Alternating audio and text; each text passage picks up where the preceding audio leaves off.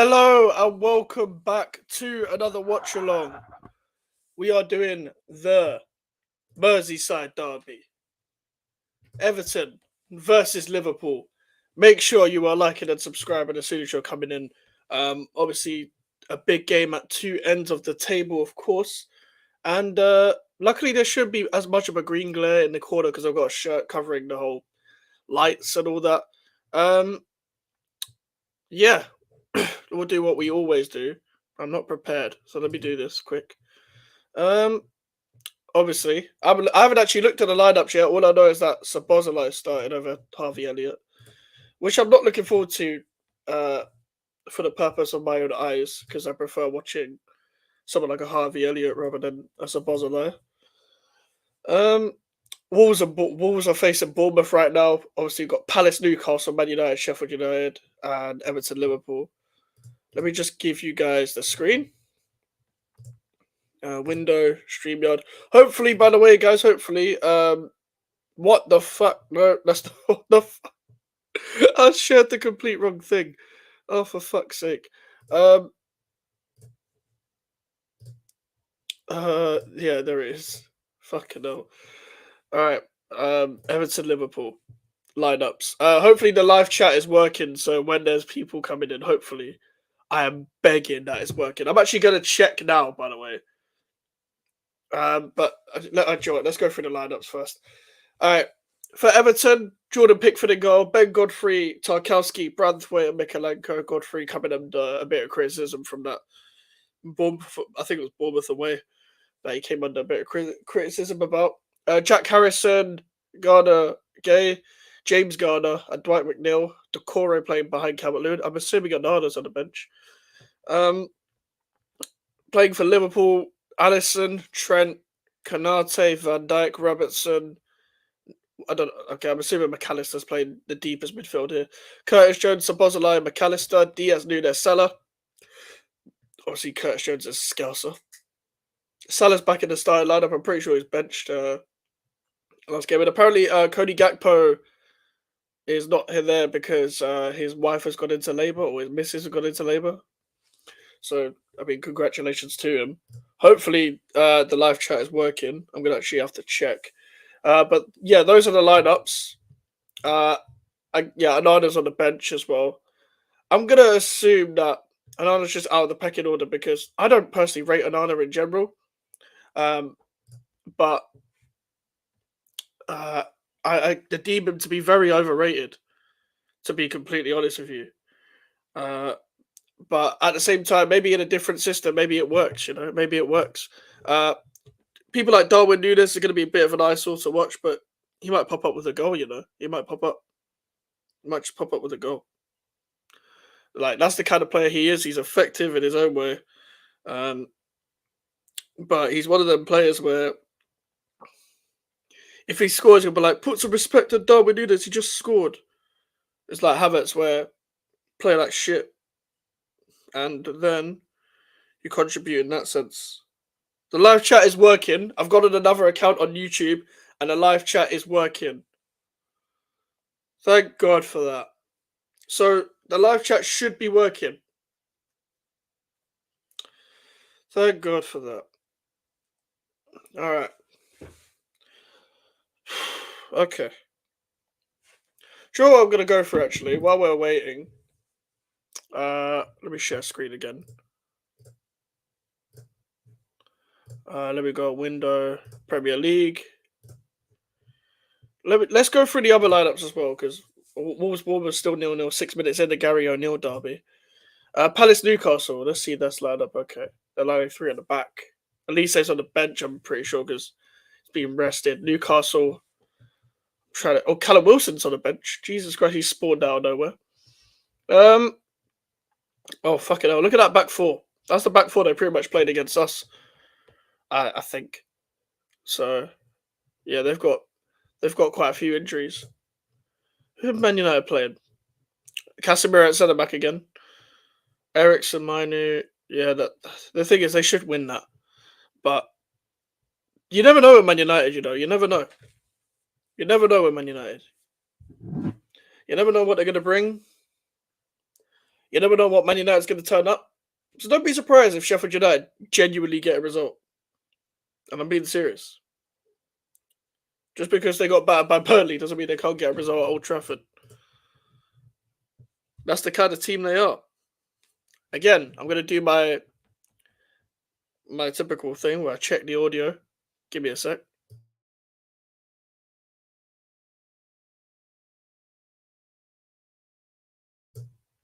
Alright, the audio's fine. I need to stop doing that. I need to stop being paranoid, but because we don't have active viewers constantly that can tell me in the chat, first 5 minutes in, I have to check it myself because as much as the mic is on, you never know, it might just not be working sometimes, but it's working now, so there you go. Looking forward to this game, in a way, even though it's not the best derby, one of the best derbies in the world. What I will say is, I thought both teams have got something to play for. It's at the business end of the season. When a Merseyside derby is at the business end of the season, you see a better Merseyside derby than you would usually. Usually, in general, to watch, it's not great. It's not a great watch. And that's just me being completely honest. But at the same time, both teams have got something to play for. Everton got that points deduction. Liverpool has still got a title race, even though probably half of their fans just want the season to end at this point and just want the right manager to take over Klopp, which is interesting, actually, because Arne Slot is advancing in negotiations, apparently. Apparently, Ranić is advancing with Bayern Munich. So, and De Zerbi and Amorim are linked to Chelsea, which is annoying for myself. I know there's links in Portugal that Amorim will be using us, but I only listen to ex-West Ham employee when it comes to West Ham. And also David Ornstein and Fabrizio, don't get me wrong, I listen to their headlines, of course, but we do generally have an interest in Amorim. I don't think Amorim was using anyone. I don't think we was using him either or whatever. I get the whole argument for ticket sales and stuff like that. I get the whole argument because of that, of David Sullivan using the name of Amorim to get ticket sales. I get that. 100%. Because I wouldn't trust David Sullivan either. I still don't. I never will. Never have. But at the same time, I do generally think there's interest there just because of purely of the technical director that we have. I don't believe that Amorim would have even entertained us if we did have the technical director that we have and it was just Sullivan doing all the stuff, you know. I believe that footballing decisions will go to him. That's why I don't believe in the Lopetegui news. And that's why I don't believe... that's why I really dealt with the whole Fonseca thing, is that Sullivan's wanted him before. But if Fonseca will surely make the right decision before working with this board. But then again, you could also make false promises as well. Steinen's gone to Brazil and stuff, gone to trips, gone to scout transfers ahead. So I'd like to think that we're in advance. We're not quite Liverpool where we're in advance getting a manager, but at the same time, I think we'll actually do something this summer. I think we'll actually do something. But the big part about us is that we have a massive rebuild. We have a massive rebuild. And to be completely honest with you, it's not going to be easy, and it's very important that we get the positions that we need, because there's a lot of holes in this squad. A lot of holes in this squad. When it comes to centre backs, when it comes to full backs, midfield, attack, just everywhere almost. Nearly everywhere. I'd argue nearly everywhere we need somewhere. We need something. And that brings me on to something that I want to talk about. Twitter. Now, obviously, Twitter, I've learned finally to not take too serious, because there's no point having a genuine conversation with the general consensus of people, because they just make whatever mind up they are that goes on in their head. But with Twitter, you'll notice on Twitter that there's big accounts, whether they support West Ham or not. And this happens with every club, but I'm talking from a West Ham point of view. That pretty much they will farm interactions and almost borderline hate on their own club in terms of. I'll give you an example in a second what I mean. To farm interactions. And I don't mean YouTubers. I mean Twitter accounts. Because I think most of the I can't think of a West Ham content creator that is using the club or just well not using the club, but like not genuine from what I've seen. With Twitter, you can see blatant accounts. I'm not gonna name them. And I'm seeing stuff like, oh, just give Moyes the contract extension just because they reacted to a very mild news report of Lopetegui joining West Ham United, which is not going to happen. And they said just give Moyes the contract extension instead. And then I saw that in that thread they were also saying, oh, these comments, man, I can't wait until he goes to Everton and beats us 5-0. We're getting beat 5-0 anyway with David Moyes. So that's the first hole. They will continue to support David Moyes, even though we get battered every week. I had some idiot comment on my thing just today about because I titled the video pundits will still back Moyes somehow my match reaction. And it said it's probably because you won a trophy last year and you're 8th. It just that just sums up people on the internet right there. That just sums up people on the internet right there. Just read the title. His exact response to the title. That was it. Brother didn't watch the video. He just saw the title and decided to comment and leave. When you do that, I know I'm not meant to take you serious. And that's what Twitter is like. I don't know how many times I have to say this. I can respect what David Moyes has done and also think, please it's time. Just go. I can think now. I'm allowed to be objective. That's being objective. I can thank him for what he's done. I was a big Moyes in guy right at the start of this channel and in 2022. But I'm not now. Times change. Things change. I'm not going to continue to support something blindly just because I had the same opinion 1 or 2 years ago. But that's how I know not to take Twitter serious, because that's what the big accounts do. The big accounts as well post every source of every transfer rumour, of every rumour to do with the club, from any source, to farm interactions. And then people react of, oh, well, look at this. Half of these sources, in fact, I will go far to say 90% of the West Ham sources are not even real. The West Ham football account, I don't even know who runs that account, but half of the stuff they don't post is real. I won't say the other accounts, but the journalists that people repost, half of them are not real. The only one you should look for West Ham news is ex-West Ham employee. When that stuff gets reposted on the timeline and stuff, that is it. X won't have anything to repost or to post constantly. It's just in demand of what people want to know. So nothing will really happen. He'll have to keep doing an update of nothing's changed, because people panic on Twitter. Simple as that. And if I was to go on Twitter now, let's go on Twitter now.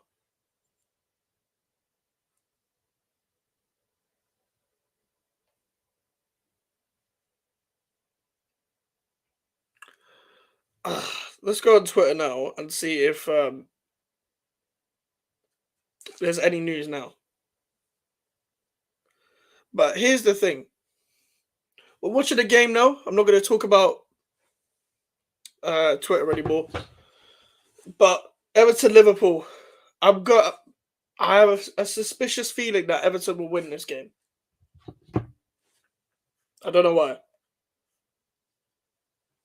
I have no idea why, but I just think that's what will happen.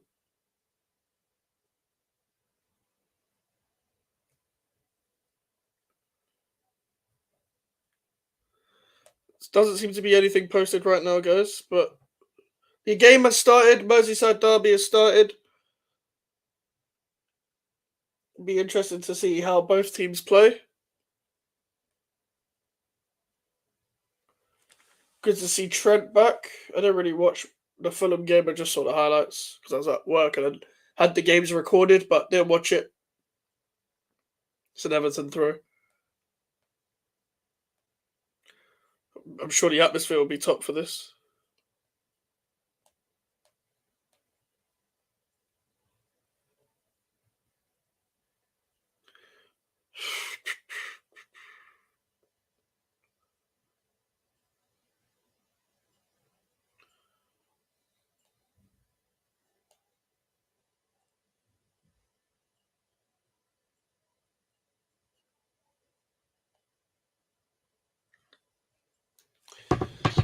McAllister's definitely played deeper in midfield and Trent inverting. They might even have more control of the game. I think it's a better idea than playing someone like a Watchalong who shouldn't be playing week in, week out. That guy plays like he's 40. McAllister's been really good this season. I think I might put him in my team of the season. I might. But I can't unnotice the Douglas Luiz shouts, but Trent tries a long ball there. Luis Diaz doesn't meet that.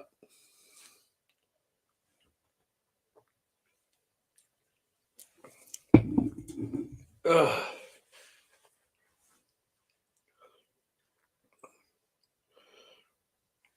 Everton are probably not as much as us and Sheffield United, but probably one of the worst teams to watch in the league. I think this team actually quite suits Sean Dyche in a sense, but very one dimensional. Very one dimensional.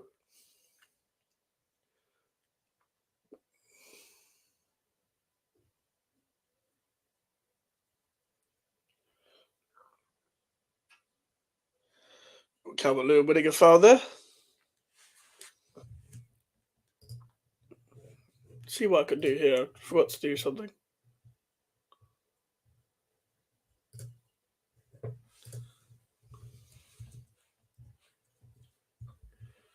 Ball in the box. Canate headed it away. Dwight McNeil. The Core. Oh my god. I think he should have got something to that, in my opinion.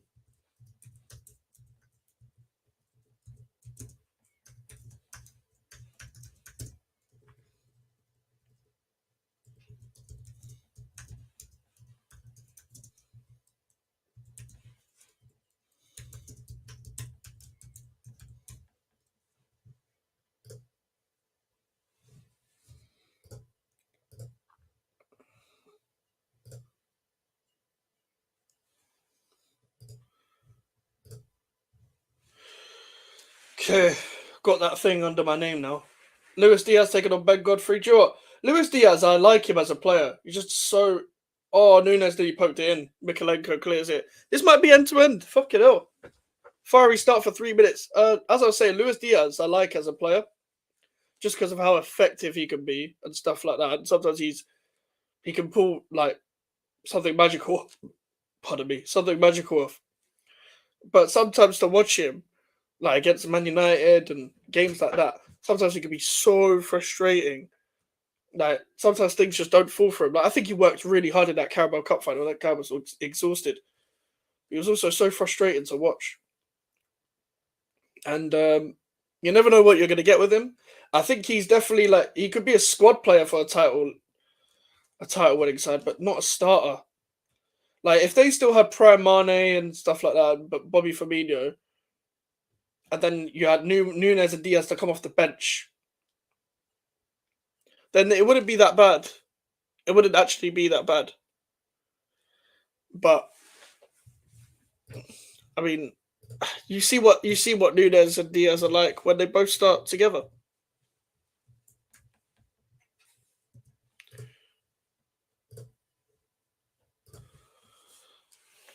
I'll keep an eye on the other scores as well.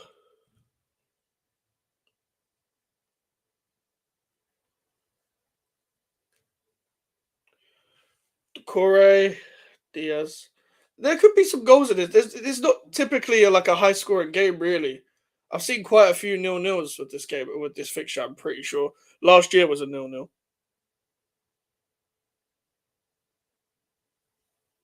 Oh my God, Calvert Lewin! Oh, it's a penalty! It's a penalty! Oh my God! Everton have a penalty already, and Alisson has been given a yellow card. I was looking at my phone for the other scores, and I just see Calvert Lewin on the floor.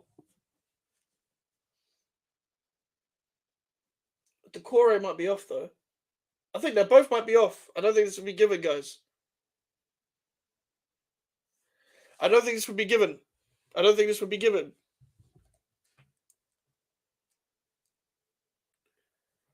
That's offside.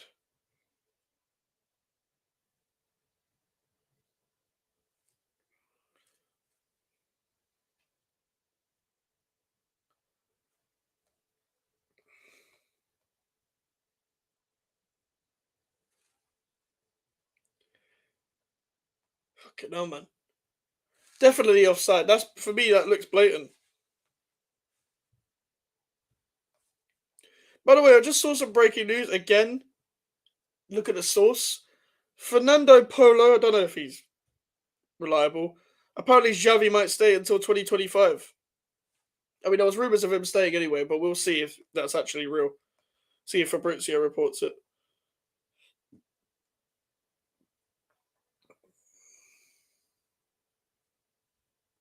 That's definitely offside.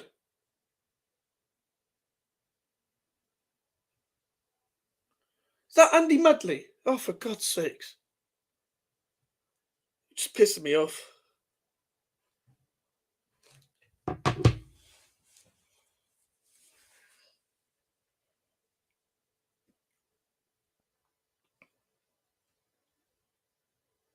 Still looking at it. It's offside. Yeah, it's offside, this. Yep, offside. And the yellow card is rescinded from Alisson. That could have been mad. That could have been mad. Obviously, they're both offside, so it doesn't really matter. They're both offside. To me, that's not arguable, and Decore plays a part in that. It was similar to the Man United goal in the Manchester derby last season that should have been given. Well, I think it's Fernandez that makes an offside run, and then Rashford scores. That shouldn't have been a goal, but doesn't matter. Man City still lost in that game. That's a blatant offside. That's one of the It's one of the more easier decisions to make. McAllister playing a through ball there. So Bozolai picking up the second ball. Or there could be in there Robertson.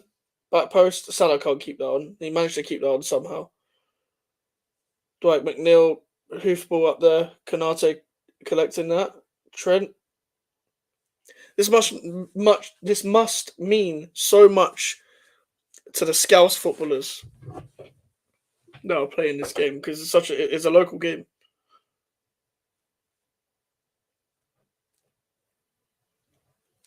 It's a local game. I'm sure, like for example, like a Trent or like a Curtis Jones. I guess Gordon when he was playing in it. I don't really know any Scouse Everton players that they have right now. But it must mean so much to them, you know.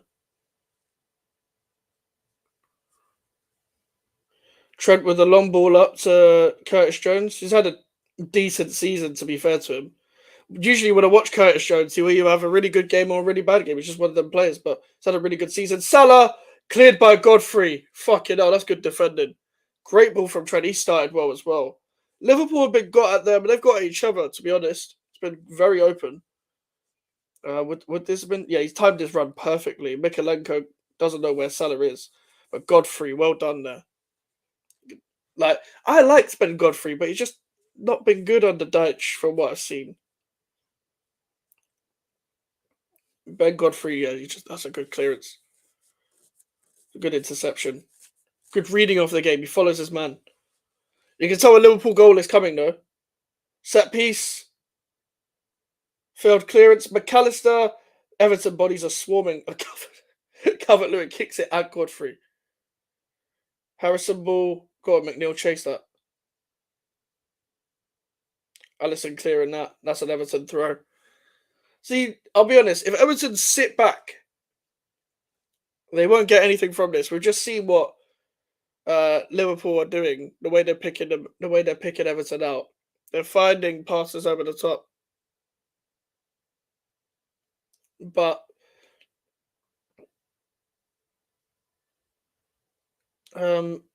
if they had pressed high, maybe a bit higher, not too high, but just pressing a little bit more,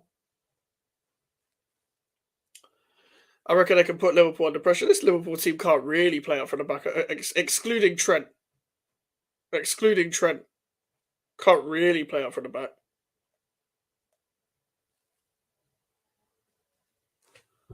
Thoughts on manager news? Big up Fuego, regular viewer. Joe, it's hard to say right now, bro. I think with all the sources, people look at too many sources. I think it's hard to tell right now. Big up Wolf as well. Yeah, the chat is working again. I tested it out earlier. Fonseca seems to be the one that's probably going to join, in my opinion, if I was to predict, due to the fact that I think Sullivan and Steiner will probably both like him. I've heard good things. If you guys watch my video, you would know. I've not watched Lille. I've not watched a game that Fonseca's managed in my life. So if Fonseca joins, I'll do my research. I think Amorim obviously is unlikely, and I always thought it was going to be unlikely, but that's the appointment that you need to go out for. Yeah, that was a Football Insider source, so I take that with a pinch of salt because Football Insider don't really report many like true stuff. But if Grealish was to go, obviously, I would love Grealish at West Ham. Obviously, Paquetá has a release clause, so we probably can't put it as part of the deal. But get Grealish in if he's willing to join West Ham. If he's willing to join, I think without European football, it would be hard to tempt a guy like Grealish. I think Grealish will know himself that. But yeah, I'd be down for Grealish at West Ham. I have to put the match on while watching you in a bit. Might watch the second half. Fair enough. Yeah, I've heard about some guy that started as found in Brazil. If he could get more gems, that'd be sick. Just tell the Brazilian that London is a sunny place, and they've got bare beaches with definitely not many rocks on them. Oh, Everton nearly just scored a header there. Do you think a club will activate Paquetá's release clause? I think Man City are the main club they're interested, and they have to, because if they try and bid anything lower than that 85 million release clause, then honestly, don't even entertain it. There's a release clause for a reason. In fact, it should be. That should just be the price that is non-negotiable. If they try and bid any lower, they shouldn't accept it, in my opinion. Like I think if they just try lowball us, it's not going to work. I think City will try and negotiate, and then they will eventually pay it.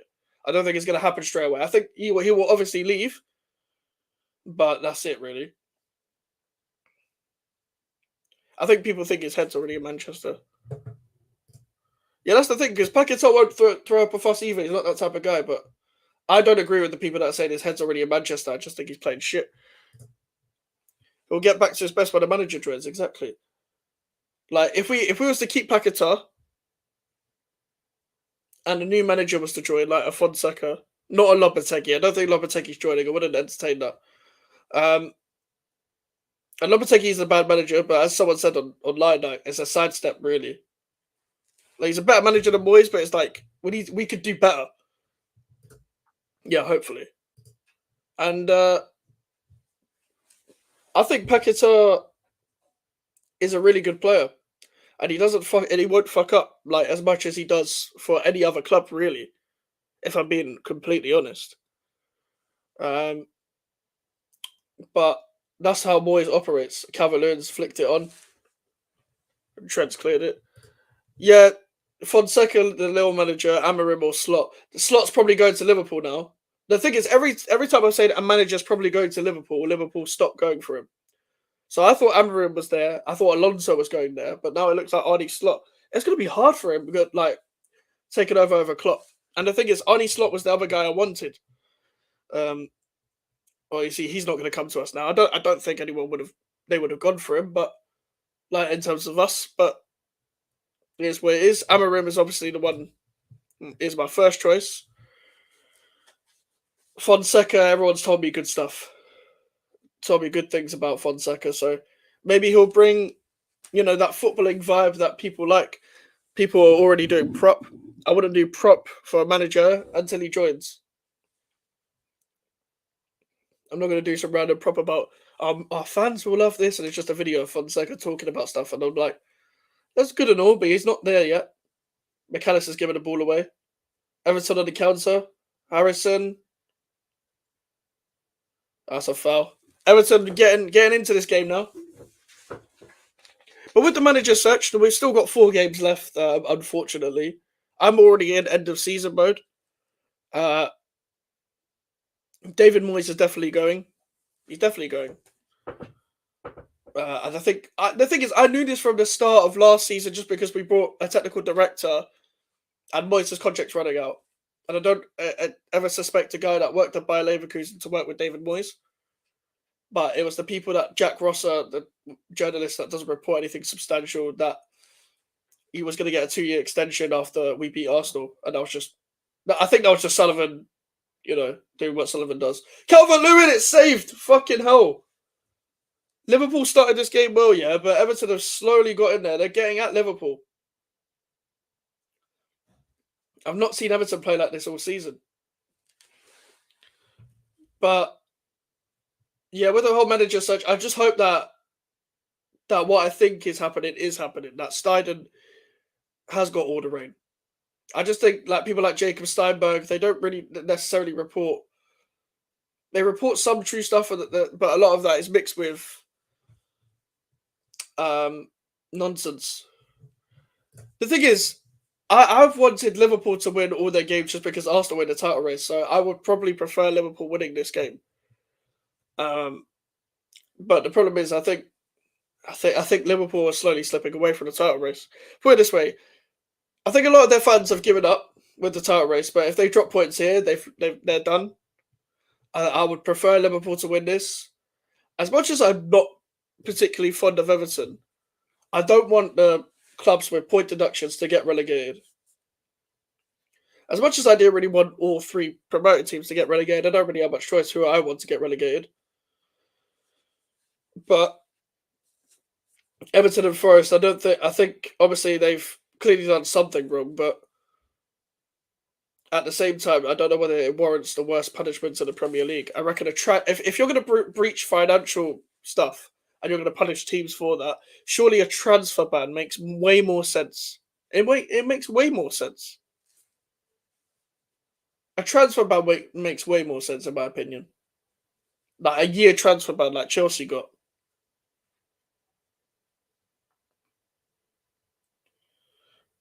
And this whole FFP stuff doesn't exactly help anyone.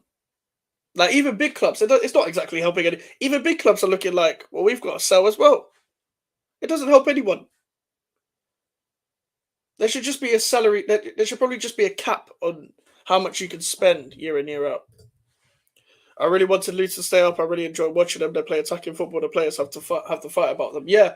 Do you know what it is with Luton? I think everyone wants Luton to stay up. I would like Luton to stay up because it's their first season and it'll be sick. My problem is that they do go for it, but they are naive. They do play a bit naive though in a relegation battle. I rate them for what they're doing because they get results, but I feel like if they just shored it up a little bit, maybe they could have got a few more results. But at the same time, with the budget that they have, I don't know. I don't know the ins and outs. But it is what it is. They'll be back up. They'll come straight back up. They'll be fine. I don't think anyone's going to leave either, apart from Ross Barkley, maybe. I think Barkley might want to. If I was Ross Barkley, I'd be trying to stay in the Prem. But other than Ross Barkley, apart from the players that are on loan, I don't think anyone should leave. I don't think anyone should leave Luton. Like Carlton Morris, Elijah Adebayo, they're good strikers. Definitely proved themselves to be Premier League quality. But I think they should stay and try and build with Luton. The grass isn't always greener, as they say, you know? Be careful what you wish for. Love that phrase.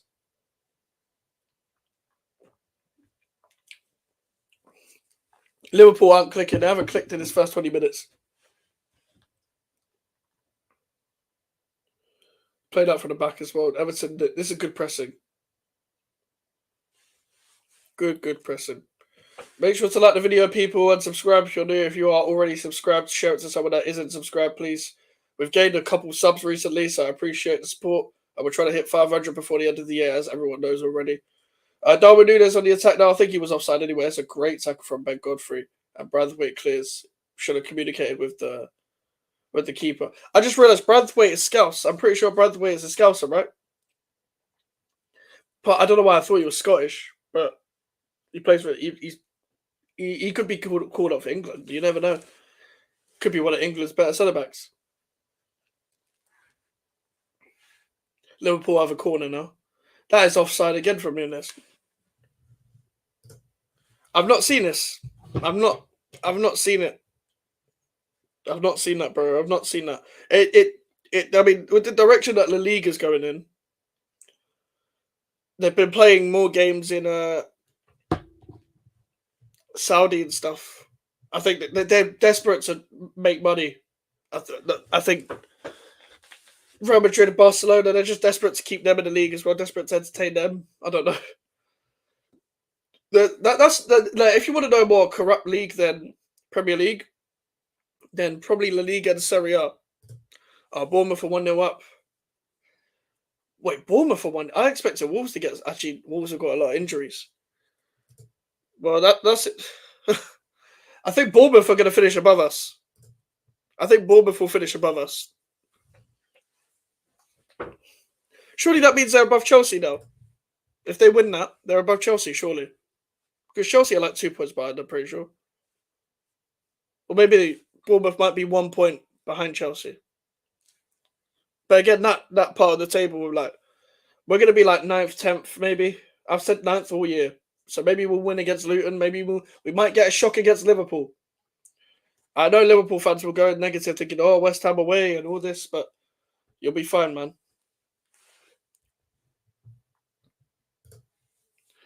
Mexican national team is going to get worse. Do you know what? I remember when I was growing up, the Mexican national team wasn't that bad. And now apart from Alvarez, I don't know who else plays for Mexico. I know they've got a guy called Corona. And that's all I can think of. Yeah, we're probably going to win one out of the next 4. Finish 11th. Yep, I agree with that. Which is awful considering the money we spent. I got nothing on the bench. That's Moyes. I want a small squad. I'm David Moyes. I want a small squad, but I am jealous of Xabi Alonso having options off the bench. That makes no sense. Makes no sense. The guy's made his own bed. He can lie in it. Working with a small squad. This is smaller than pretty much anyone that wants to compete on all fronts. Yeah, it's just come up on Sky now that Semenyo scored for Bournemouth. Yeah, 11th would be terrible for me. As much as it would be higher than I thought we were going to finish at the start of the season, which I think I said like 13th or something. At the same time, expectations change throughout the season. Just because of what I expected at the start of the season doesn't mean I would have been happy with 13th. I'm trying to have the standard of us trying to finish in Europe every year. Because that's what we moved to the stadium for. And I've gone on about that before. Mexico lose, but my people can still fill the stadiums to watch us get slapped. Do you know what? I usually there's Mexican talent coming out in football, like at least one player every year. I feel like that's what it was growing up. I don't know anyone that is Mexican and playing well now. And in the World Cup, I don't remember Mexico playing well in the World Cup. I think he was in the same group as Poland, and I think I could be wrong. I remember watching Poland-Mexico in the World Cup, and I just didn't enjoy watching that game. I mean, the World Cup is in, was it Canada, USA, and Mexico? That'll be interesting. Copa America, Mexico. It's a stupid question, but are Mexico and Copa America? Copa America's this summer as well. In a way, I'm glad his final days are going to be an embarrassment. Did you hear he completely banned the players the other day? I'll blame the players. Why did I read that as banned? Blame the players the other day and took no responsibility as he always does. Yeah, this is the thing. I saw him again talk about. He's talked about this before about my teams don't defend like that. These are your defenders. These are your defenders, bro. These are your defenders. I don't understand that. I don't understand that. He can blame the players all he wants. This is his squad. I'm sure he'll look at himself, and I'm sure he's not gonna. He seems like the kind of guy he'll blame himself like privately, but he'll never admit it in public that it's his fault. Tigres, Monterrey, America pay more money to teams for their players instead of selling to European teams. Oh, okay. Damn it. Okay. So, is there any selling clubs then? Surely there's got to be like a couple selling clubs, that try to operate the way Ajax do, Brighton in this country. I think that's the only way to. If you want a whole underdog story to succeed, that's the only way to operate. Like a proper underdog. And you just keep buying gems. Brunthwaite! Oh shit! I thought I was heading and goal. Mikalenko, Tarkovsky, Harrison, Ben Godfrey, it's blocked. Oh, it's Brunthwaite! Oh my god, it's in! Calvert-Lewin has poked it in! Oh my god! And it's been coming. Do you know what? I thought the Liverpool goal was coming. But Jesus Christ, Everton are 1-0 up. And it went under Alisson as well. Oh my god.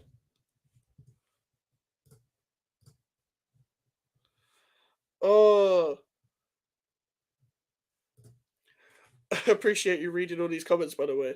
No, don't like, of course. I'm surprised how you're able to keep talking so much. It's great. Bruv, I love, right, you two are regulars, Wolf and Fuego. You two are regulars now. So, the stream was better bouncing off comments and watching the game because this game's been good, but that's what streaming is about, like just interacting and stuff. Because yesterday was fucking awful. I didn't realize that because I didn't know the chat was off and it was kind of boring. Pachuca used to Eric Sanchez was supposed to go to Feyenoord. I think I heard about this story. I think I heard about this. I remember that being on and off. Oh, they're looking at offside, guys. They're looking at offside. Looking at offside. They're looking at offside. I heard about that Eric Sanchez one. I think Ajax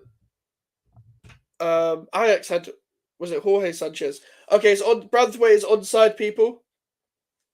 I think they're gonna check maybe the Calvert-Lewin one. And then they'll check if it's over the line. This is gonna be a long check.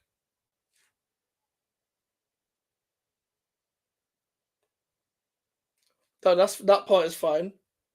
Harrison's onside. Ben Godfrey. Block. Misclearance. Branthwaite. Everyone's onside from there. That goal's fine. It's Branthwaite's goal, by the way. Do you remember the guy who scored Mexico's free kick, Luis Chavez? He played for Pachuca. He wanted to go to Europe so bad he went to the Russian league, which gave him money to buy out his own contract. I actually didn't know that. The Everton goal has been given. I didn't know that. I remember the free kick. I didn't remember that he wanted to go to Europe so bad that he went to the Russian league. Good job, Everton. We'll put Liverpool under pressure now. Yeah, Liverpool got to wake up now. I heard that apparently Everton haven't won at Goodison Park against Liverpool since Mikel Arteta was playing, since David Moyes. That's mad to think because Liverpool just drew at Goodison and then Everton beat Liverpool in lockdown at Anfield. Just saw the stats. How of Liverpool only had 2 shots. Yeah, the 2 shots they had as well were big chances as well. The thing is, Liverpool were creating quite a bit at the start, like first 20 minutes. Like I'll say first 10 minutes. It was a bit end to end. It was like an end to end game. First 3 minutes, both teams had chances, but like ever since then, Everton have sense that Liverpool are fucked. I don't know how. I was surprised that they beat Fulham. I thought Fulham would beat them at home, but you never know with Fulham. That's the only thing with Fulham is that you don't know what's the only thing you can know about Fulham is that they are a good team, but they will lose games. They're not they're not a team that really goes on a big run. But then again, most teams around that part of the table don't usually. Do you know what it is?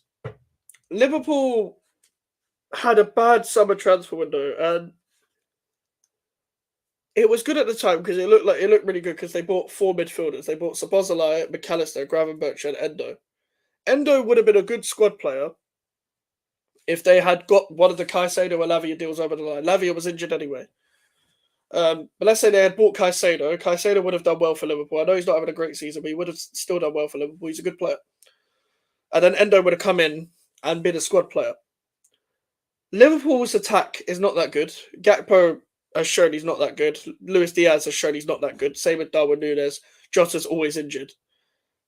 Then you've got the whole Trent being inverted thing, which actually doesn't do well Robertson because our Trent Alexander-Arnold's going inside. Robertson can't get that advanced. Robertson has not had a great season when he's played either, and he's been quite injured. They just have a lot of injury problems, a bad squad management. They live off almost passion playing football, and then it kind of just falls through from there because they always concede chances, but it's this whole controlled, slower football. Liverpool doesn't work. They do better off high energy chaos games, which they don't do anymore.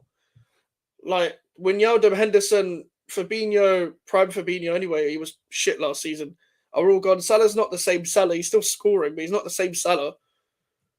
Mane's not there anymore. He fell off anyway when he was there. Like, Matip is... God knows where Matip is.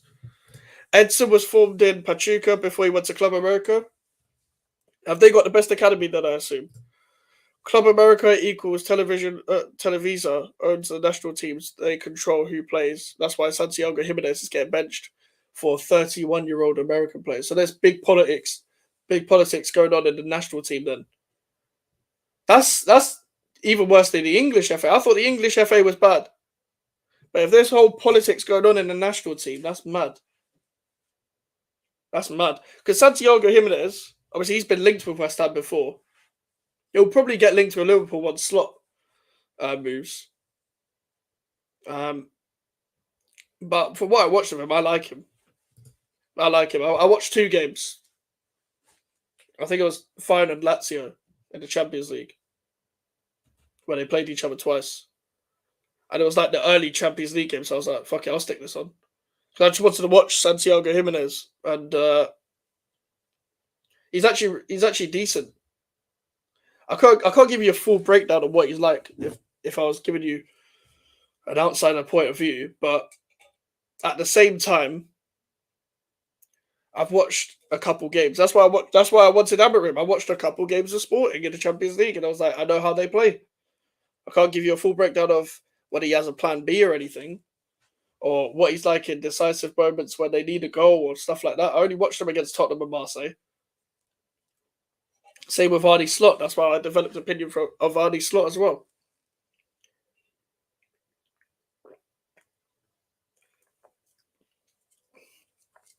Headed away from Branthwaite.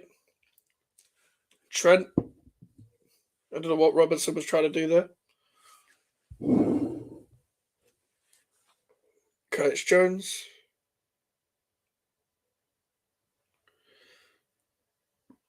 McAllister. They're going to struggle to break Everton down. Like, the spirit is going to be with Everton. Szoboszlai past Mikalenko, past Decore, and kind of just flops it from there. Calvert-Lewin's feeding off scraps, but it's actually kind of working. Put it this way, yeah. Liverpool are always going to be in this game. Always going to be in this game. But Darwin Núñez saved by Pickford. I'm surprised that isn't offside either. I think Núñez should probably score from there, but I'm not exactly surprised. Wait. Wait a second. Hold up. Wait a minute. Something ain't right. Sheffield United are 1-0 up against Man United. Do you know what? I said at the start of the stream, don't be surprised if Sheffield United get something. And look what's happening. It probably won't last. It's at Old Trafford, but Sheffield United beat them 3 years ago at Old Trafford. Santiago didn't go to the World Cup over Raul, who has CTE. The coach Tata Martino said he scored too many goals in a few minutes. Wow.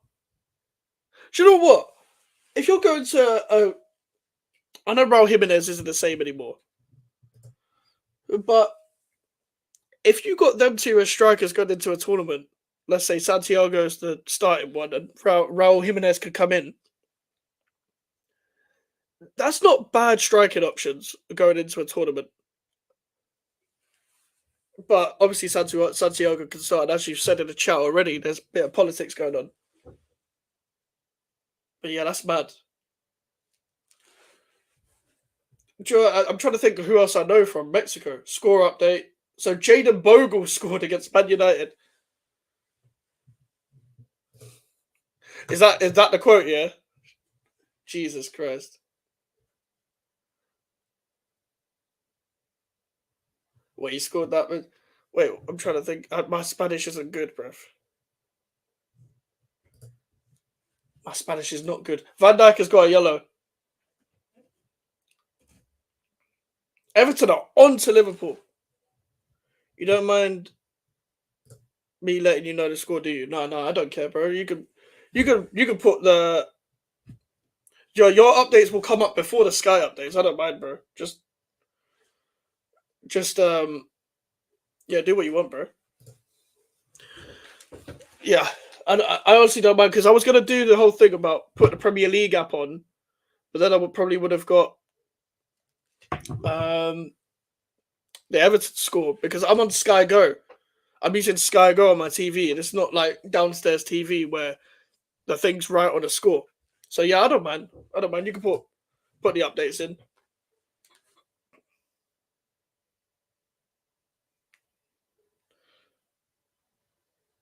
Liverpool want to take their free kick quick, but ref pulls it back. Do you know what's funny? Like, that was just a complete mishap. That goal was a mess. Because Konate just swings it as McAllister's about to clear it. Calvert-Lewin, that's a good poacher's effort. Like, he's already gone in by them, but Branthwaite has scored. He's doing the whole shirt thing now, because of the whole Derby thing. He's doing the whole Gary Neville. But he might leave in the summer. They might need to sell him. But the thing is, if they do sell Branthwaite, they're fucked.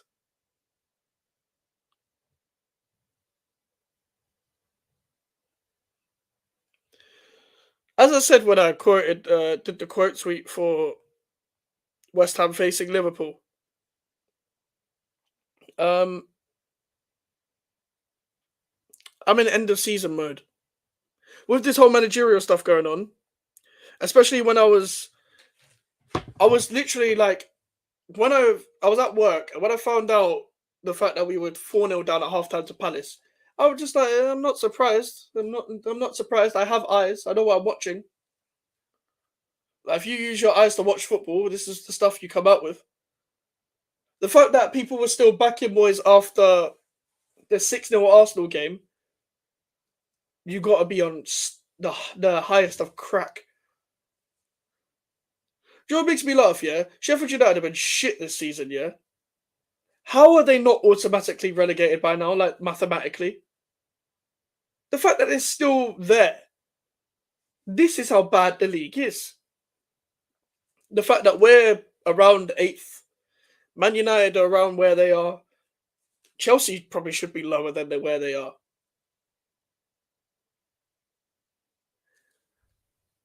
This league has been nonsense. This league has been utter. Sure, it is. The Premier League is entertaining for different reasons now. The Premier League is entertaining because it's just entertaining. Like, it's not necessarily in terms of quality, but it's so open now. It's so open. Oh, I remember Carlos Vela. Vela in his prime. Oh, headed out by Tarkovsky. Out for a Liverpool throw. Vela in his prime in 2014, only behind Ronaldo and Messi in goals and assists in the Liga didn't go to the World Cup because they were at a party when the older players brought girls and all that and blamed him. Fucking hell, I didn't know. I don't. Do you know what it is? I always think England's a bit of a mess here when it comes to like news and like news outlets and media and publicity and all that. And you hear stories all the time, like the whole Beckham thing, the whole Fabio Capello situation, the whole Steve McLaren stuff.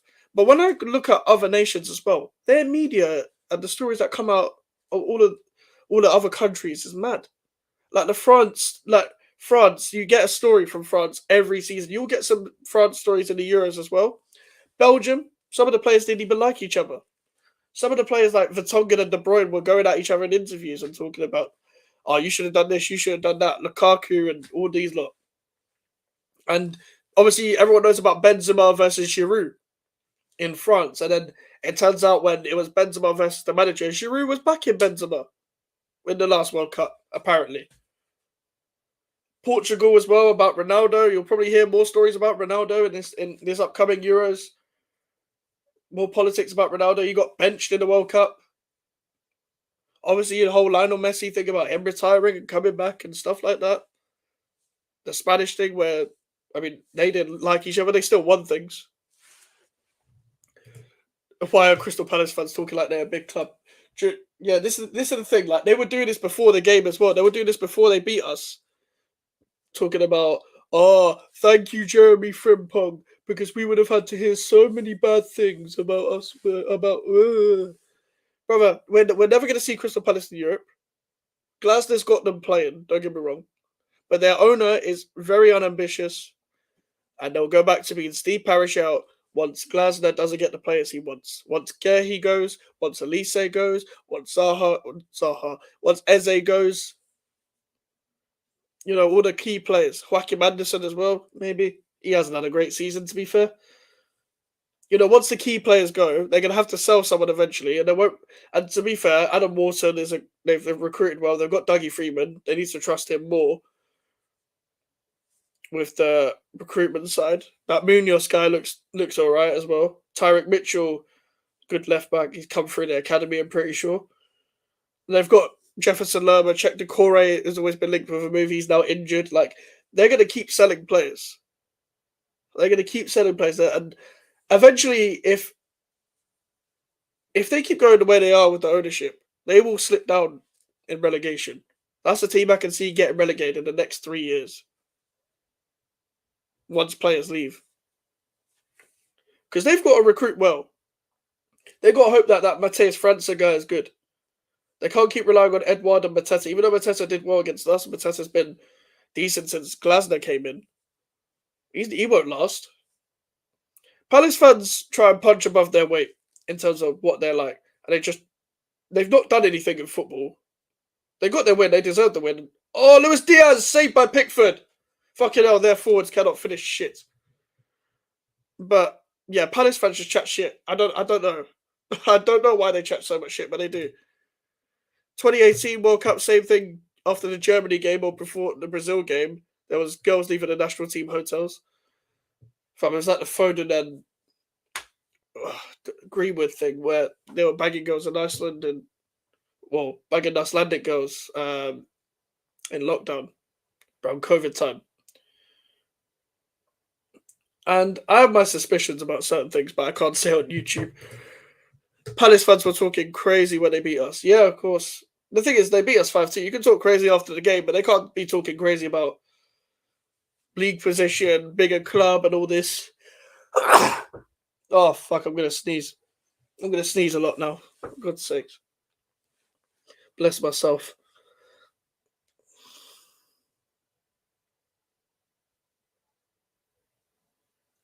Oh, Trent, that's a beautiful ball. And Nunes can't control it. You see if that Salah just skied it over the bar. You see that ball from Trent where he just cut through the whole line? And Nunes failed to control that? A proper striker puts that away. What the fuck? He's running past the ball. The stuff Trent is feeding these attackers, I can't believe they're wasting it. Honestly. But Liverpool, like, this is what Liverpool do, yeah? They will score somehow. I know they did it against Palace, yeah, and I didn't watch that game. I didn't get to watch that game, but I just feel like they're going to turn up. Oh, Harry Maguire scored. For fuck's sake. Harry Maguire against Sheffield United. Oh, for fuck's sake. I just saw that pop up on Sky. Oh, for fuck's sake. Sheffield United, you can't hold on for like 10 minutes. You want Paulo Fonseca? Yeah, I've heard good things. I was just discussing this earlier, bro, about Fonseca. Like, I've heard a lot of good things. My only doubt is that he might be a Sullivan guy rather than a Steiden guy. But I've also heard good things about him. Apparently, Sullivan tried to interview him in like 2018. I think that was when we got Pellegrini at the time. But I think nowadays, I don't know actually. Because I'm thinking about Sullivan not liking foreign managers, but he likes Lopetegui, who is like a Brexit foreign manager, the way he plays football. But yeah, listen, from what I've heard of Fonseca, he does he can do some good stuff. I need to do more research, but so I probably accept him. I mean, the thing is, I'm not gonna. I can't promise that I'll back anyone that comes to this club here. Because when David Moyes joined, yeah, he did prove me wrong in a way, in a sense that I thought Moyes was going to be a disaster. He wasn't. He's a success that has run out of steam. But when David Moyes first came in, I was like, nah, fuck this, man. When he came back. When he came back in 2020, 2019. So if Lopetegui comes, that's going to be my exact reaction. Moyes wanted Maguire McTominay. Oh my god. I nearly went into meltdown on YouTube because we were linked with Maguire McTominay and there was rumours of Paquetá leaving. You know how much hell that we would have been in if Moyes got what he wanted, he would have had either Gallagher or McTominay with fucking Souček in midfield. Yeah, literally, imagine, yeah, Souček and McTominay, yeah, neither of them are DM. We would have been fucked. We would have been battling relegation at least. Thank God for Edson Alvarez. Trent with another ball in. Pickford comes to collect that. 6 minutes at a time. There's 4 minutes left. Honestly, David Moyes' talent ID. Basically, just get tall players that cannot pass a ball 5 yards. I know Maguire's had a good season, yeah, but him with Zuma, him with Mavropanos, him with Ogbonna, him with Aged. Well, Mavropanos wouldn't have been signed, but him with any of those centre-backs, that's a fucking disaster. And he would have and remember, guys, if Maguire joined, he would have made him the captain. You know how much of a bad idea that is for you to sign a new player and instantly make them captain? That shows how much thing you have in your team. And it's funny, I said Zuma should be captain. I'm not saying Zuma's a great captain either, to be honest. Didn't United want 30 million each? Yeah, we would have spent 60 million. And the greatest thing about that is that they both wanted to stay at Man United. They both actually think they're good enough for Manchester United, which is hilarious. That's the most hilarious part about that, is that they think they're good enough to stay at Manchester United. And I know McTominay scores goals, but the guy's not a great midfielder at all. McTominay scores one in every 8 games, and people tell me he's a good player. McTominay should be a striker. He arrives in but he's got better movement than fucking Højlund. Oh, Salah, that's a bad pass. He did put McAllister under pressure there. During this game already, we're already at the end of the first half, and this game looks like that Liverpool are trying to find a last-ditch sort of play. They're playing there's only 2 minutes left of the game as well. They're not playing patient. They're playing impatient. They're rattled. They're just trying to pepper Everton. Salah on the ball now. Sabozalai. Salah blocked. Everton have defended well since the goal. You can see the crowd again behind them. Curtis Jones, Robertson, saved by Pickford. Harrison cleared that. Fucking hell. 2 minutes left of the first half.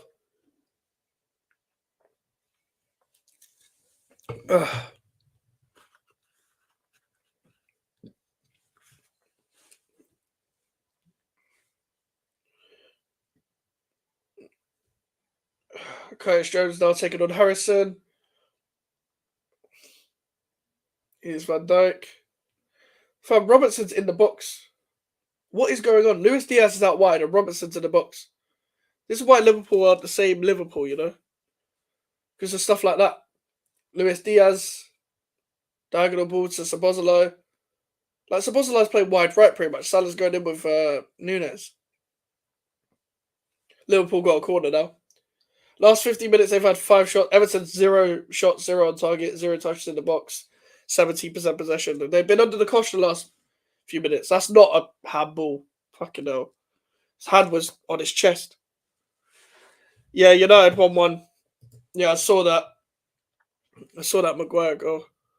Well, I didn't see the goal. I saw the fact that he scored. I mean, I think they were always going to win it, but you never know. Sheffield United might come back with another goal. Jonathan David to West Ham, maybe. Striker from Lille for the second team. Yeah, we've been linked with Jonathan David pretty much every year. And I feel like we're going to... If we get Fonseca as manager, we're definitely going to be linked with Jonathan David again. We've been linked with him under David Moyes multiple times. I've not watched enough of him. I think he's fast, though. That's from what I know of. I'm not sure what he's doing right now. I think I was convinced a couple of years ago that...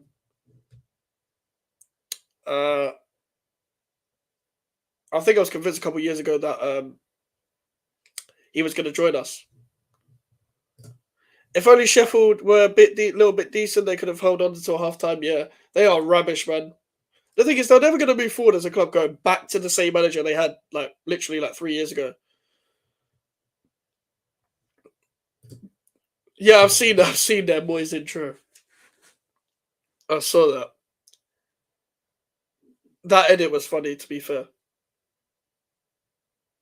The thing is, they get a lot of hate as well. They get a lot of hate, Claren Booth.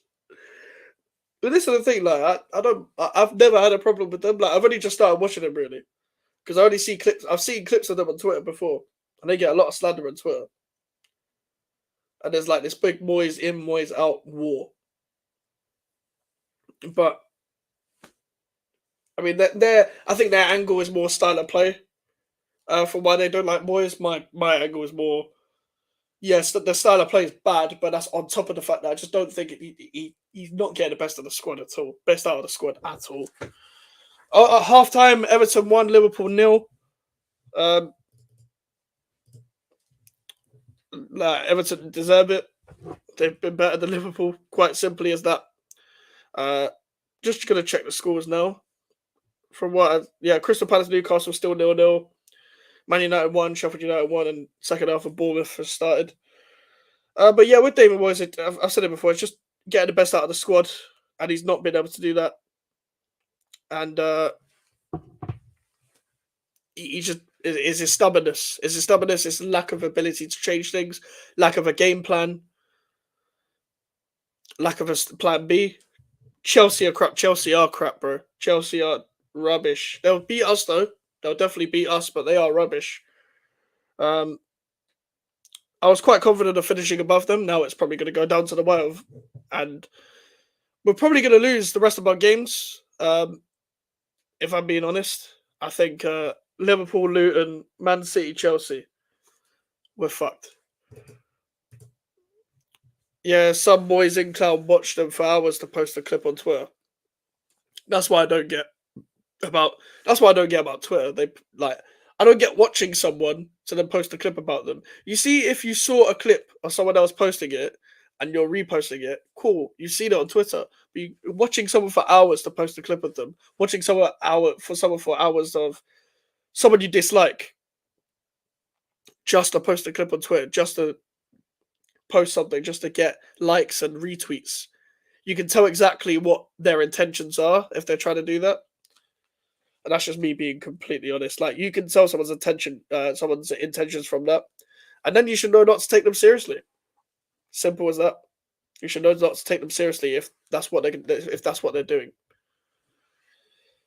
If all they're going to do is, exactly as you said, watch someone for hours and then post a clip of them. Who waits for someone to say something and just clip them? Other than some weird journalist. That's what the internet is doing. That's what the internet does. I've never understood that. I've never ever understood that. If you don't like something, just turn it off. You know how many people I've got muted on Twitter?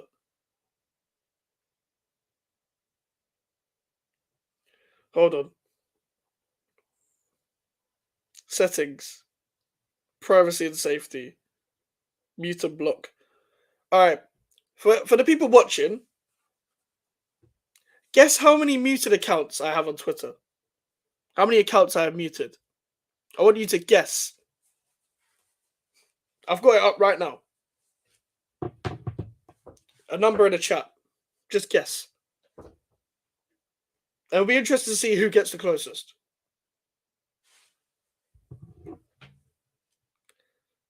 Alright. Just like you said 600. For the others watching as well, Fuego, if you're still here, Wolf, if you're still here. For anyone watching, just put it in the chat. I'll give it time, and then I'll come back to it. Because I've been on this app for a while. To be honest, I've had an account before this. But since I've been on this, I think I've been on this account since like 2020. Okay, Fuego, you've guessed 28. Yeah, I've been on this account since 2020. Alright. I've got, wait, let me get up again. Mute, privacy and safety, mute and block. I have muted 814. 814 accounts, yeah? So if I see something and I see a certain opinion, I'll just mute that account. Because I don't need to see it again. If I'm in the search bar, if it's on my timeline, if it's getting retweeted from someone else, that's how I know. 814 accounts muted. I've got 47 words muted and 99 blocked. Mainly the blocked accounts are mainly spam accounts. But the reason why I've got so many muted as well, especially in football, I know what type of opinion I can see where it's enough for me to mute them. And for me, that's mainly when they just go off narratives and not watching football. 814 accounts. This Branthwaite goal, by the way, is the biggest mess you'll see it all season. And I've watched us. I said this on Twitter yesterday. Watching Chelsea yesterday was like watching West Ham this season.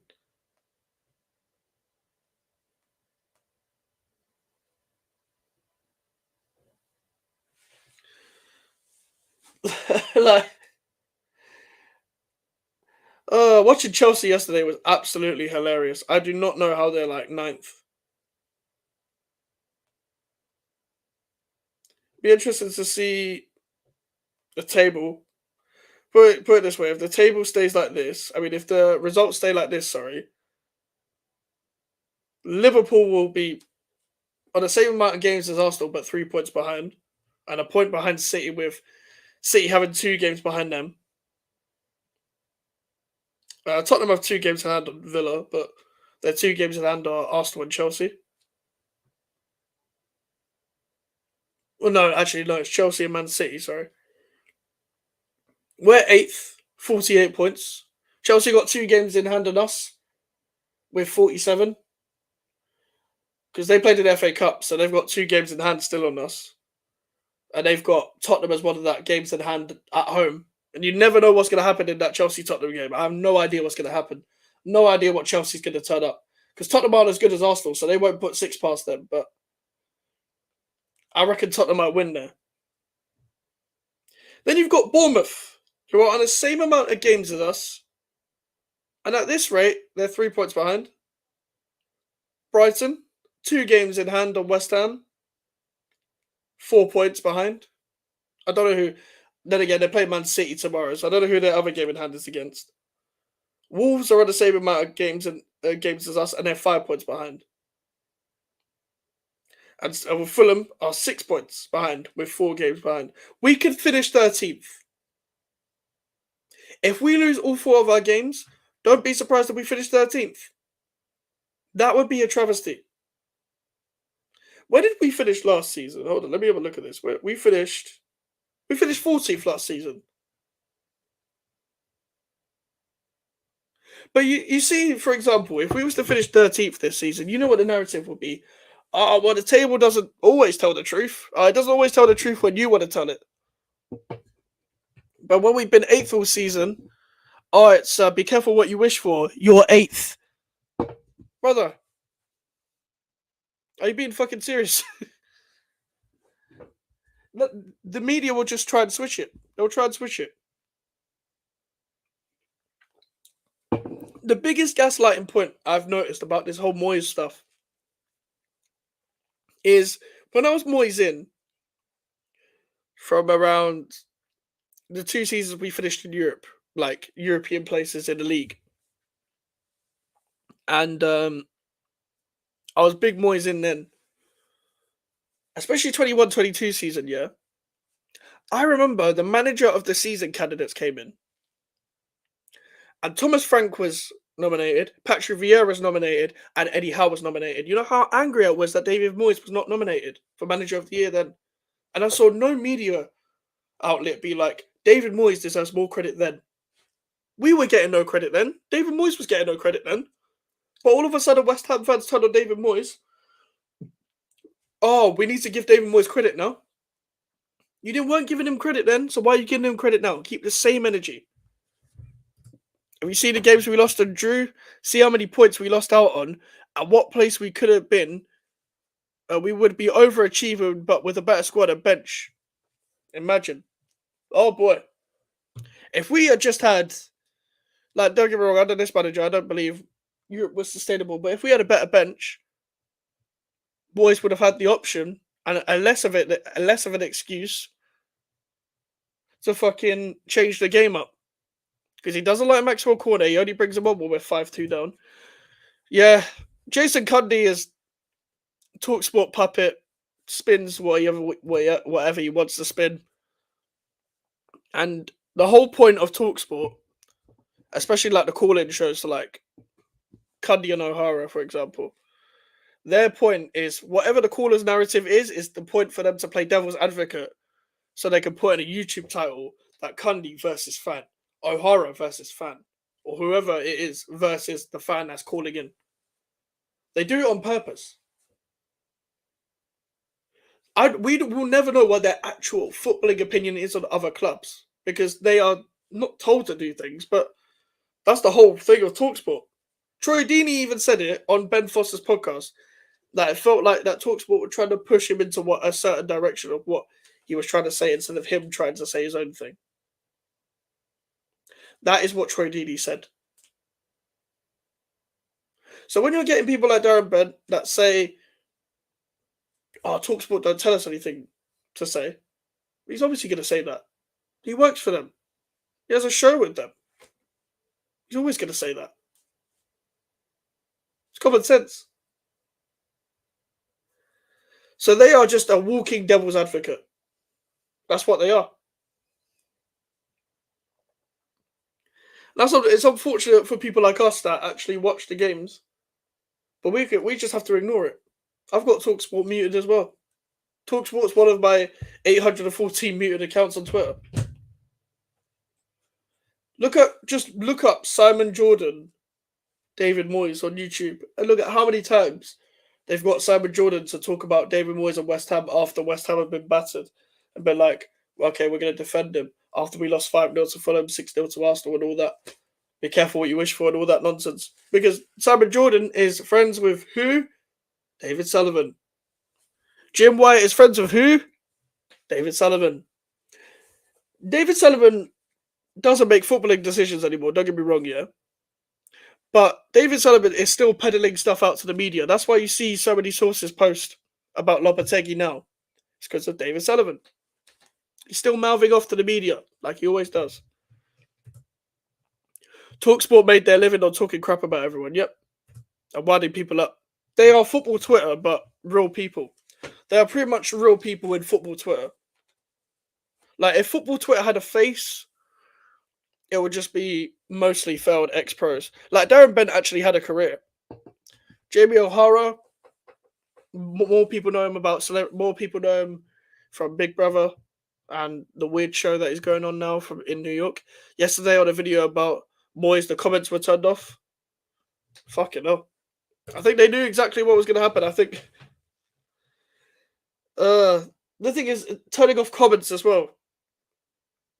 They can never ever mention anything about free speech. You turned off your comments, mate. It's kind of sad. That's a sad thing to do.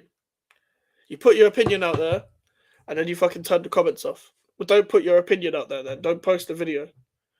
Why would you even turn the comments off when who's looking at that from Talksport? What, the admin? The admin does. If they cared so much about comment sections, they would stop doing what they've always been doing, and that's winding people up for the sake of it. Like, when have they ever cared? They shouldn't. I'm not sure they ever did, but anyway. The Newcastle game and the Man United game are both kicked off in the second half. Still no goal in that Palace Newcastle game, and the Liverpool game's about to start up again. We're going to see if there's any news. Hull City are beating Coventry at halftime, something Man United failed to get over the line. Okay, it's been confirmed by The Athletic. After talks with Joan Laporta, Xavi is to stay with Barcelona. So that's another thing ticked off where Amorim cannot go.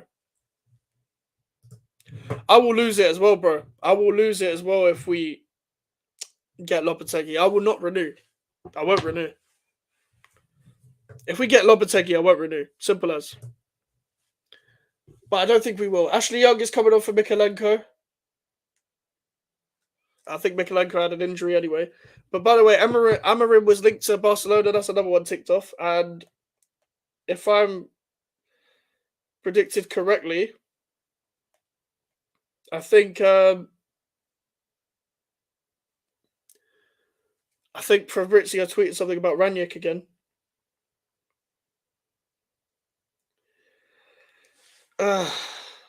There's apparently a decision will be made in a week or two due to a deadline by the Austrian FA about Ralf Ranić becoming Bayern Munich manager. Now, here's the twist, people. Here it is the twist. And this is me purely basing it off hope. The second half has started in the Liverpool game, by the way. This is me going off hope. Pure hope. There is logic to this, but this is hope. Now, a way we could still get Amorim, and I'm still hoping, Ranić and De Zerbi are the candidates for Bayern Munich. De Zerbi is also a candidate for Chelsea. The other candidate is Ruben Amorim. De Zerbi wants to leave Brighton. He's hinted at it pretty much for the rest of the season. Ranić goes to Bayern. That will maybe leave. The only option for De Zerbi is Chelsea. And Amorim doesn't have an option left because Liverpool and Chelsea are gone. Barcelona's gone. Bayern Munich's gone. So what is his only option? Either he goes to West Ham or he stays at Sporting Lisbon. Unless there's a big twist and someone else comes in for him. Or unless Chelsea say, fuck that, we're not going to go for him for De Zerbi.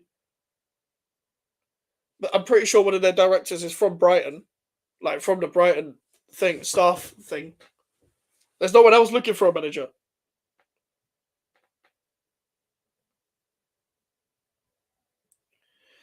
That's just my thinking. I would love Amorim at West Ham. I'm begging for it. And if we're going off the whole Jacob Steinberg fucking thing, that if they're going to believe that Jacob Steinberg is real and they think that Lopetegui's a genuine link to West Ham, then Steiden is genuinely trying to get Amorim at West Ham. So then both can be true. But I don't believe that either probably true. It's probably Fonseca at this point. I've still not seen anything that apparently ex-West Ham employee did something on Patreon. I'm not subscribed to the Patreon. I'm kind of just waiting for the Twitter accounts to repost it.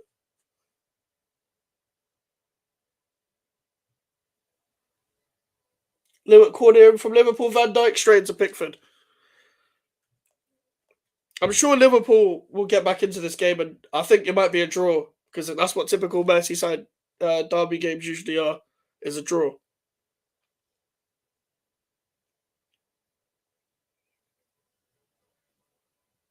Oh my god, as soon as you put holy shit, Sheffield United 2-1 up, what comes up on my sky? Sheffield United 2-1 up. Amazing. It's still on. It's still on. It's still on. Ben Brereton Diaz. Yeah, beauty. And what I mean is still on. I don't mean Europe. I mean just that game. The thing is, how are Man United? How are Man United? The fact that Man United are sixth, the fact that we're eighth. I've said this before. It proves how shit the league is right now. Because none of us are going to capitalize off that. Yeah, even a point, bro. Yeah, even a point. You're right, bro. Even a point would be hilarious. It would be. How are they losing to Sheffield United again? They're at the exact same spot they were under Ole Gunnar Solskjaer, but just with the Dutch version.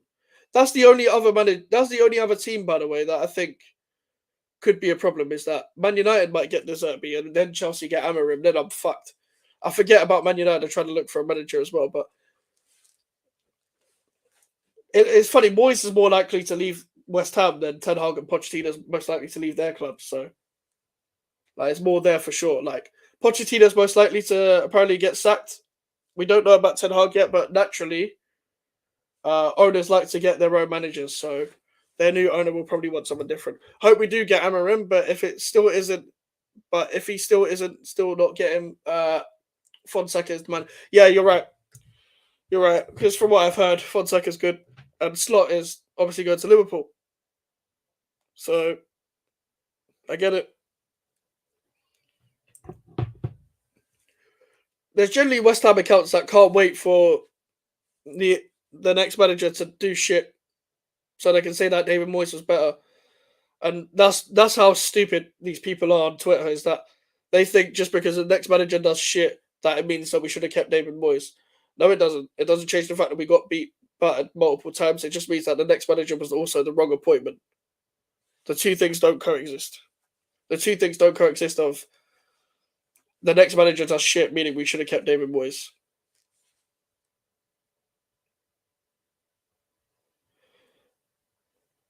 Everton can't park the bus for the rest of the game though. They've got to like try and get another goal whenever they can with the ball. Otherwise you end up like a typical West Ham team, but it just get a couple goals that allow you to lose like 2-1 or some shit.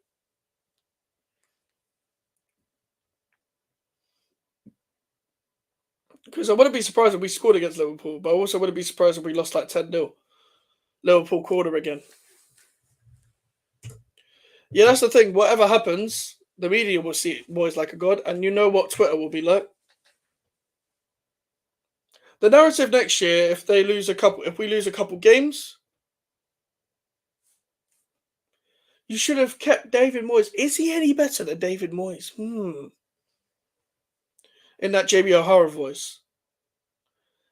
But think about it. This manager's only won 2 in the last 5. Was he any better than David Moyes? Maybe they should have kept David Moyes.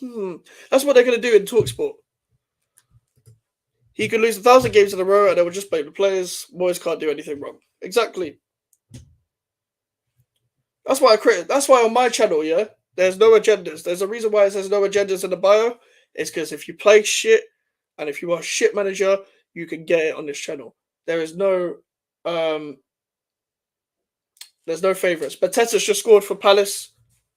1-0 Newcastle, 1-0 down. Szoboszlai's been awful this game.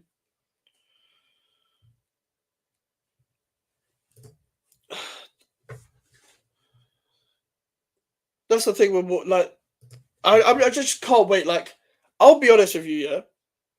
Here's my plan, and I'll say this exclusively on the stream of what the plan is when Moyes goes. I'm going to do a video essay on Moyes' time at the club, the highs and lows, and I'm going to do a farewell. I'll do a farewell video when he leaves, and then after that, we will never talk about David Moyes on this channel again, unless we're doing a small reference. Palace doing well since they got their new manager. I would have taken Oliver Glasner. Would I take Oliver Glasner? Yes, I would have taken Glasner. Which proves the managerial market, if you get the right manager, you can do something. Glasner's got them playing already. If he gets his own players in the summer, they could do something, Palace. But will Parish back him? He doesn't always back his managers. Wolves have had their equaliser ruled out by VAR, apparently. Trent ball over the top. Oh my God, Robertson. That is awful. He's completely miskicked that. I don't know why Robertson is in those positions, but whatever in it. By the way, Trent has been like decent. Like, he just put a ball over the top. Robertson was offside, to be fair, but honestly, guys, how do you like? Wow, he tried to shoot like Van Persie.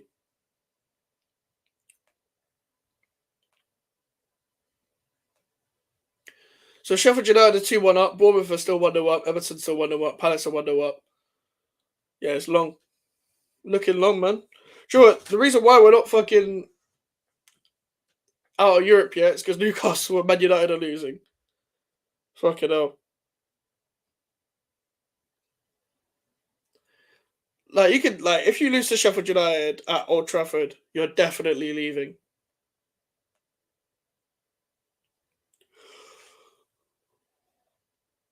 Coventry equalised against Hull.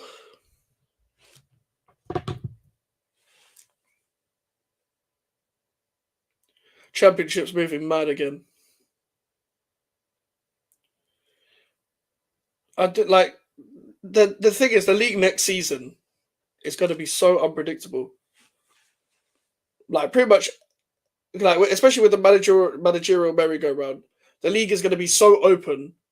It's going to be exciting for all the wrong reasons. It's going to be entertaining for different reasons. Not going to be entertaining because of quality.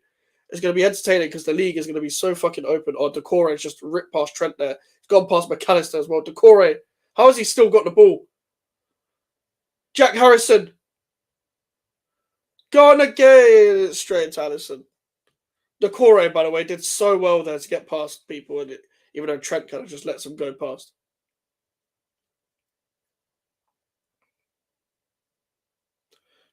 McAllister to Salah. Luis Diaz. Salah straight into Pickford. End to end again, guys. It picked up straight away from. It's pretty much the same as the first half. Pretty much the same as the first half.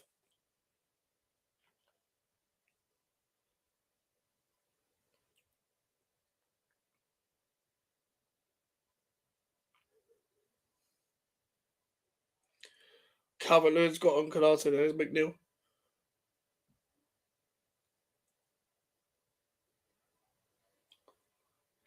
The thing is, like, Szoboszlai's gone more out wide and Salah's gone more central, so Ashley Young isn't going to get tested.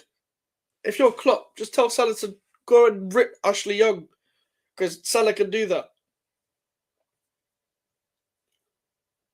Ashley Young's got the easiest second half of his life.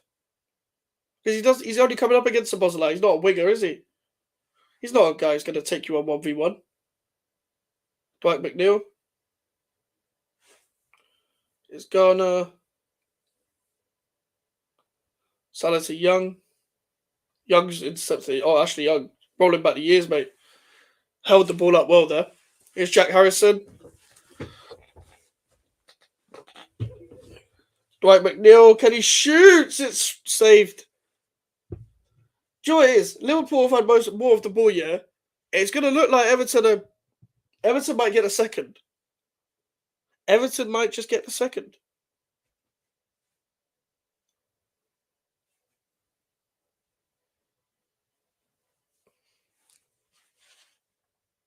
Dwight McNeil going to take the corner.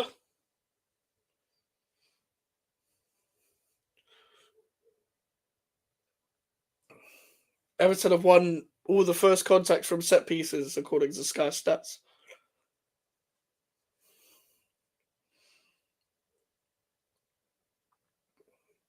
McNeil, delivery, ball in the box. Calvert-Lewin is 2-0!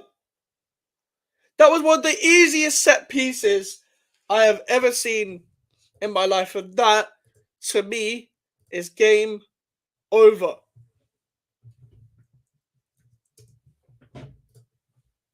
That is game over right there. Liverpool are not coming back from that. They can't. And to be honest with you, That could be title charge officially done. Calvert-Lewin has scored an open play goal. Probably the first time since Everton beat us. Who's marking him? Is that Van Dijk? Who is that meant to be? No, Van Dijk's mine is Godfrey. And that's the problem with zonal marking. Calvert-Lewin's just there. Tarkowski does well to just block the runoff. 2-0 Everton. Liverpool are out. Liverpool are out of the title race. Even the ball boy is celebrating. It's at home. It's at home, bro. Luckily, even though it's an early kickoff, I am not going to be at the game. I'm going to be at work.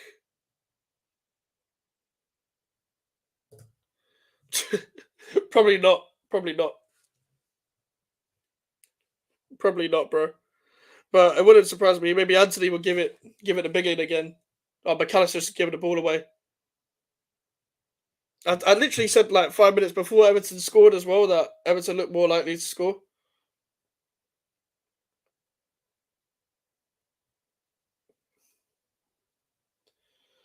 Harvey Elliott's coming on. Should have started.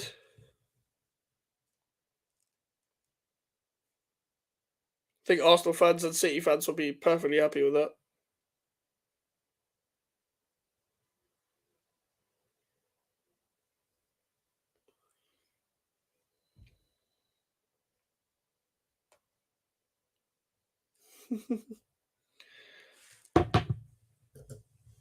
My friend is going to be annoyed with the Liverpool result. Yeah, I've got friends that are probably pissed off, man. They're probably fucking fuming. What a Klopp send off this is, Jesus Christ. Like, I know it kind of galvanised them for the first few games. Like, obviously, Klopp announced the departure in January, and that's kind of what all the fucking thing's been about. And put it this way, whoever's going to come in, all they're going to do is compare them to Klopp. That's all they're going to do.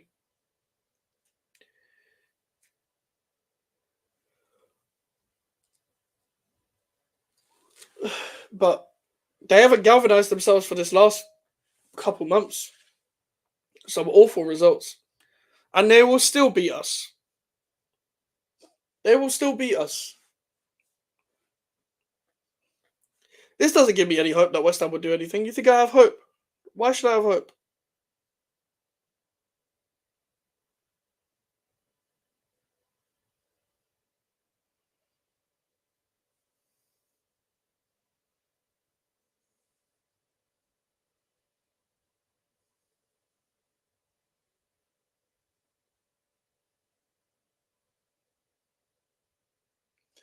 I'm going to be literally at work from like 9 to 5, so I won't be watching the West Ham Liverpool game, luckily.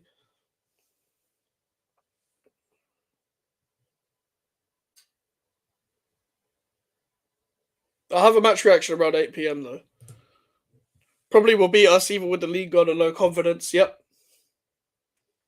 I think about Palace haven't got anything to play for, they beat us 5-2.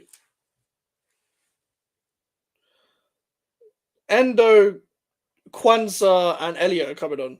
They're making a midfield change and a defender change. I mean, Kanate hasn't had a great game, neither has Van Dijk. No one has. To be honest, no one's been good for Liverpool, maybe apart from Trent a couple of times, like a couple balls into the box. Pause.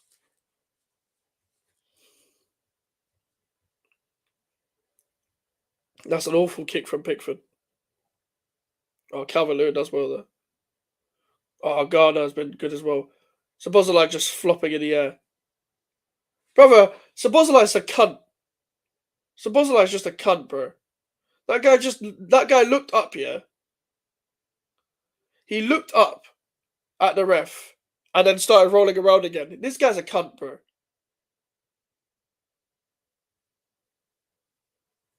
He's fine now. What an idiot. Oh, Man United have scored. Man United have scored a penalty. Sheffield United, you lot are fucking useless, man.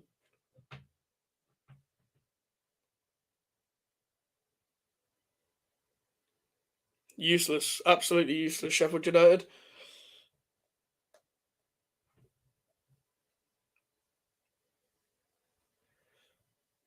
We also drew Sheffield United, but it was away from home.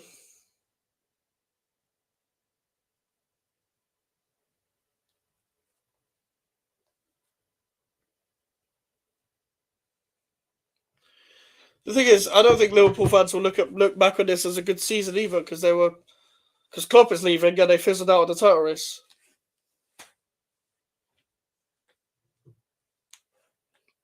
and they literally got beat by Atalanta in the Europa League, which they never expected. They got beat at Anfield.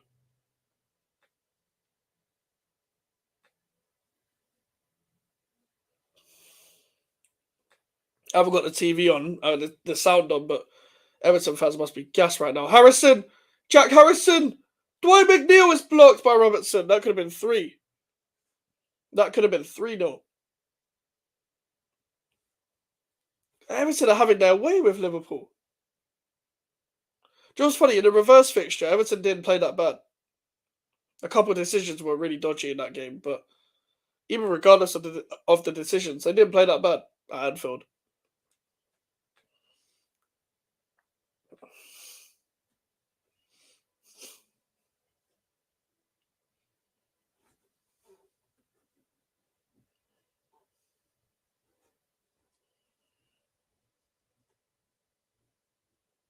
McNeil with the corner. It's not the same as the in-swinger. The in-swingers are more effective. The core rate, he twists up himself. James Garner. Oh, fuck. Is that a corner or not? I think they got another corner. Another in-swinger. They literally scored from their last in-swinging corner.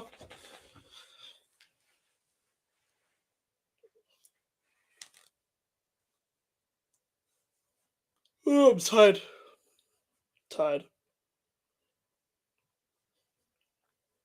There'll be no watch along for Brighton Man City tomorrow because I'm going to watch the darts at the same time. I think the next watch along might be like next week or something. Dwight McNeil with another corner. Trent heads it out again.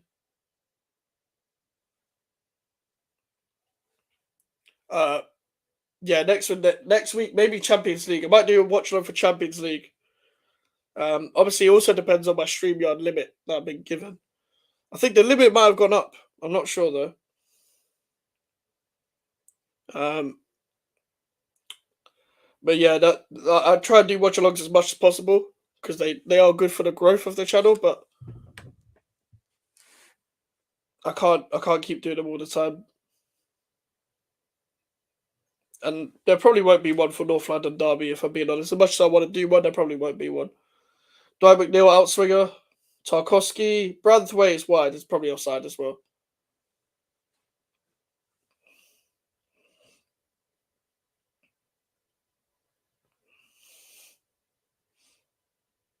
He actually plays him on with his leg, I think. Trent. Tarkowski's just smacking it up. That's a proper oof. Sunday League oof. Ashley Young. Great footer there. The experience as well. Burnley are making a strong push bit to the last of the season. They have Forest soon, so it could help Luton. They might be able to help themselves. The thing is, Burnley have started to click a little bit. Obviously, their goalkeeper has come in for Trafford Muric has also made mistakes. Don't get me wrong, but it's taken a long time for them to click. And I mean, company should have just stuck to the people that played well for them last season and just added a bit. I mean, I could go on about why Burnley have done shit, but it's mainly because they've signed so many players, and a lot of them have been wingers, and none of them are gelled. And he's kind of replaced a lot of people from last season that didn't need to replace. Only one loss in 5, yep. As long as Forest keep losing, Burnley or Luton can stay up. I think Forest will be fine. Luton literally got battered by Brentford the other day. I think Luton will beat us, but I don't think it'll be enough. It won't be enough for them to stay up. The problem is as well, even after the season, there might still be points deductions. That's my main problem that I have with all of this. Like some clubs don't even know if they're going to play Championship or Premier League next season.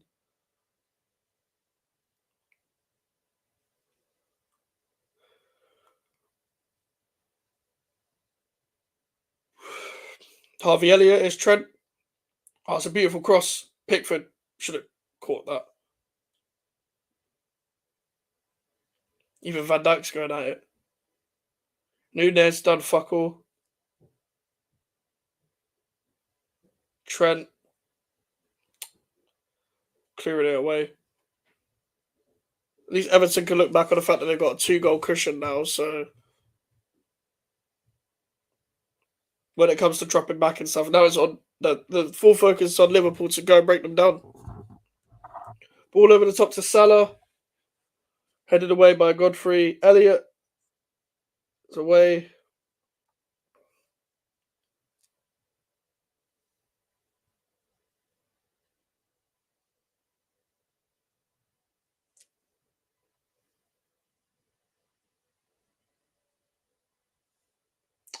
Robertson to Diaz. Is Diaz taking on Godfrey?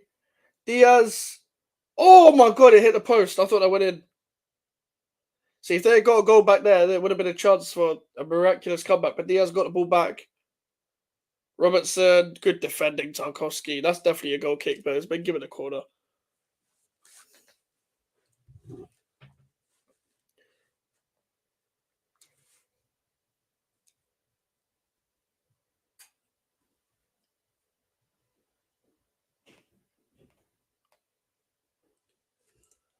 Robertson taking the corner, and it doesn't even beat the first man. That's awful. Trent to Elliott. Elliott with the cross. Branthwaite headed it away. Mohamed Salah is at Branthwaite. McAllister is blocked. Diaz again. He's actually been good in the second half. Robertson, that's a terrible cross. Robertson's been awful as well.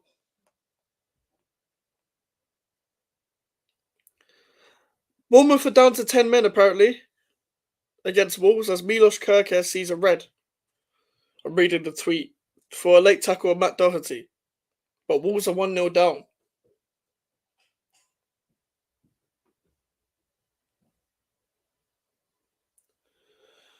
Yeah, I don't think Liverpool are going to come back from this.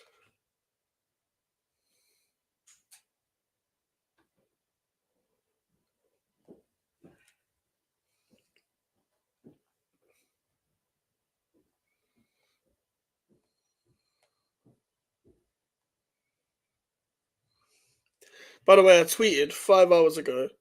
Low key, I think Everton will win tonight.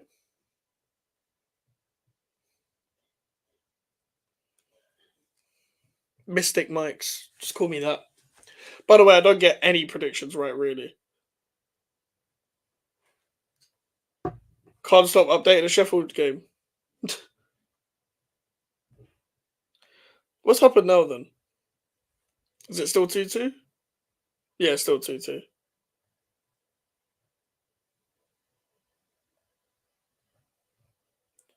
This app is fucking broken. Premier League app is one of the worst apps ever. 10 minutes at a time in the Wolves-Bournemouth game. Fucking hell. I mean, that game, ideally, if we still cared about finishing in Europe, a draw would have been nice, but whatever.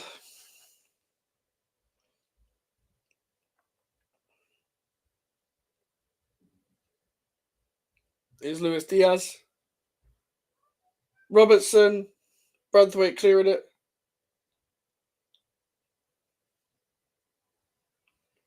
Diaz taking on Harrison. Robertson flopping it out. Robertson has had an all-timer of Hall of Shame performance. An all-time Hall of Shame performance. This has been awful.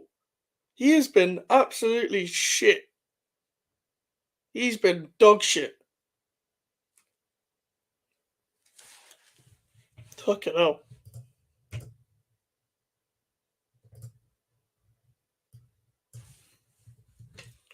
Just editing another banner. I'm going to pretty much do what I did yesterday in the Arsenal game and carry on a match reaction once the game is finished so I can upload it as a separate clip onto the channel. Just easier to do it that way instead of just recording a whole new thing. Kenny Dalglish is at the game.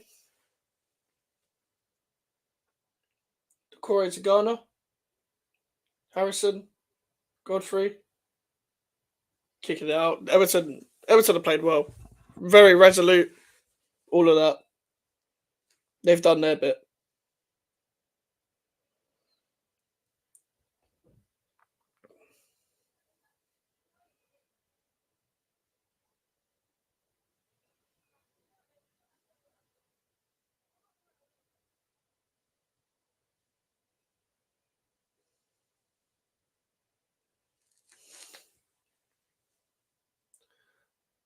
Like you can tell Liverpool were rattled from the first goal. I said it in the first half. They were playing like they were in the 90th minute and they were trying to get some fucking Hollywood equaliser. Harvey Elliott with a good cross. Godfrey headed it out. I think Kenneth Robertson's out for a goal kick. But yeah, they were just rattled. They were playing. They were trying to rush everything, and from then you can see Everton were going to get another goal. Amadou Onana's going to come on. Get instructions from Sean Dyche's fellow board assistant. There's a lot of bored people on the bench in that Everton dugout.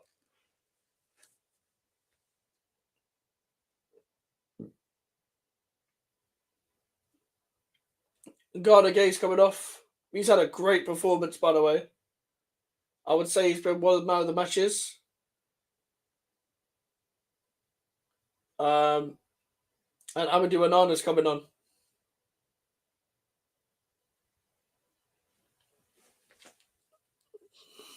Amadou Onana, probably the most, well, not the most, second most overrated player in the Premier League after Bruno Fernandes.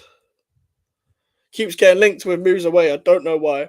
And then he just turned the comments off. Fucking hell.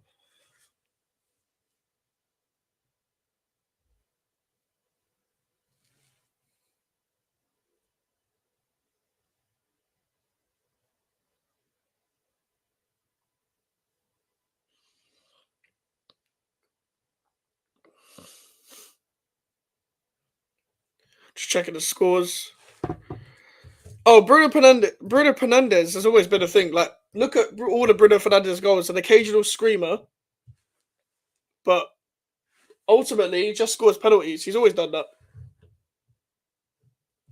When he first came in and he had all the stats, all of his goals were penalties. Like, at least with Cole Palmer, yeah, people are going to do the whole penalty thing on him.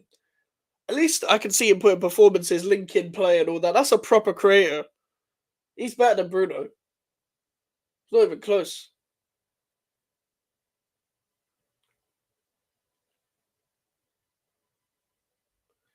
With Bruno Fernandes, he's got. I've always said this about him. He's got a strike on him and a good final ball.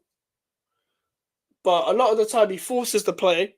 He doesn't link play in terms of like he doesn't really like vibe with any of his teammates. Really, it's just a ball over the top, sort of running in behind sort of play.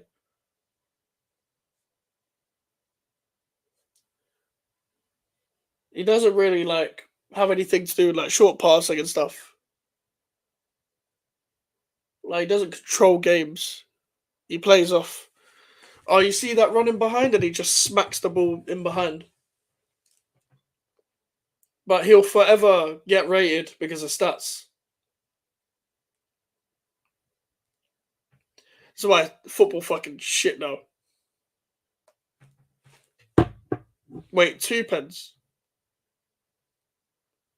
Oh, he scored another. Oh, for fuck's sake. I didn't even know he scored another. Fucking hell. Yeah, Sheffield United is shit.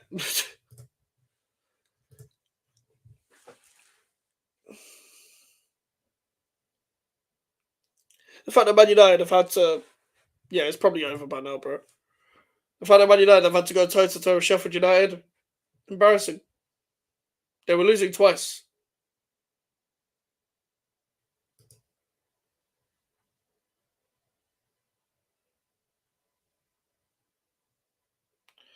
McAllister just exaggerating something that never happened.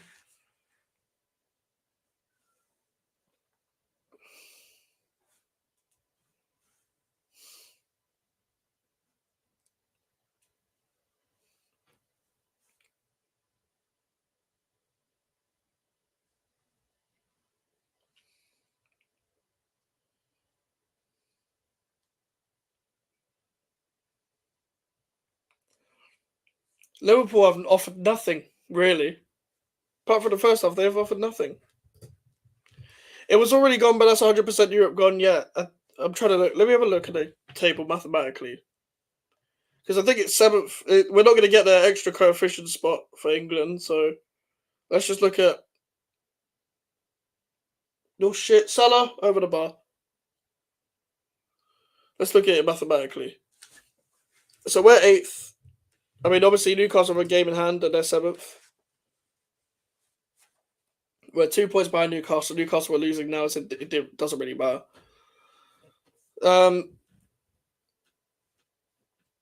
It could pretty much be confirmed as of like next week. Well, not really, actually, but there's 4 games left. I get it, but it could be confirmed in the next maybe 2 games, maybe after the Chelsea game, that we won't get Europe. Decore, Everton could get a third. Decore, Harrison, it's wide. Yeah, it's been over, bro. It's been over. If they wanted a definite notice that Europe was over, Arsenal at home. The thing is, even if we beat Liverpool, we need to beat Chelsea, Luton, and Man City. Like, to get Europe, we need to beat all of them. We've left ourselves in that situation, really.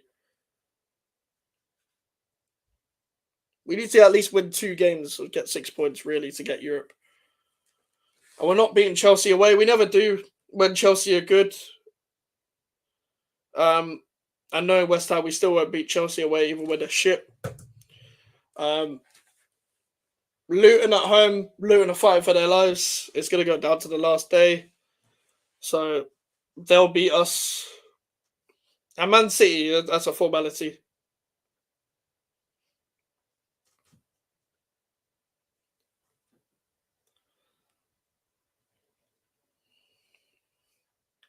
The thing is, it doesn't even matter. Like, if we win another game, there's going to be rumours of fucking Moyes staying again. They're going to try and peddle that out. Or Moyes might stay because they won against Liverpool.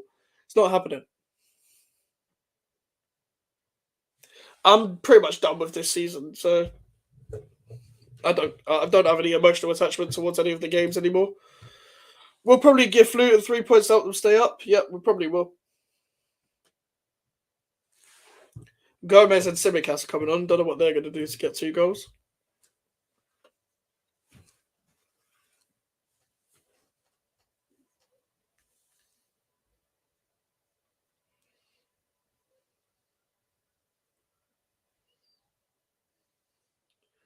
Calvert-Lewin's done really well, like aerial duel wise. He's given every centre back that Liverpool have had problems.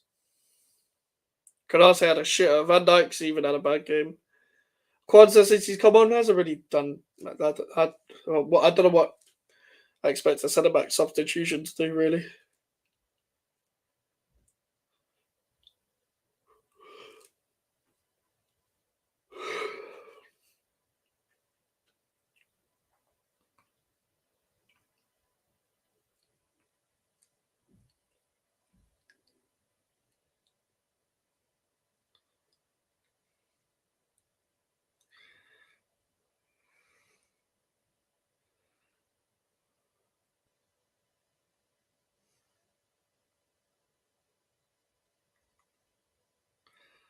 Is Elliot? All Elliot's really done is put balls into the box. Wolves are still struggling against 10 men. It's a lot of injuries. A lot of injuries. Yeah, hopefully we have something more positive to talk about the transfer window. I mean, we need to have an active window. Pretty much, I need content, of course, but in general, we need pretty much constant action in this summer. The problem is that the Euros is going on, so that delays transfers quite a bit, and that's going to be a big problem, which does worry me. Don't get me wrong. We seem to do business quite late anyway, but hopefully with Stoden and hopefully with a new manager, it'll be different. But it also just depends on who we hire, and then we'll see from there. And hopefully, a lot of players that I get, I've maintained I'll give people a clean slate when a new manager comes, but at the same time, hopefully some players depart.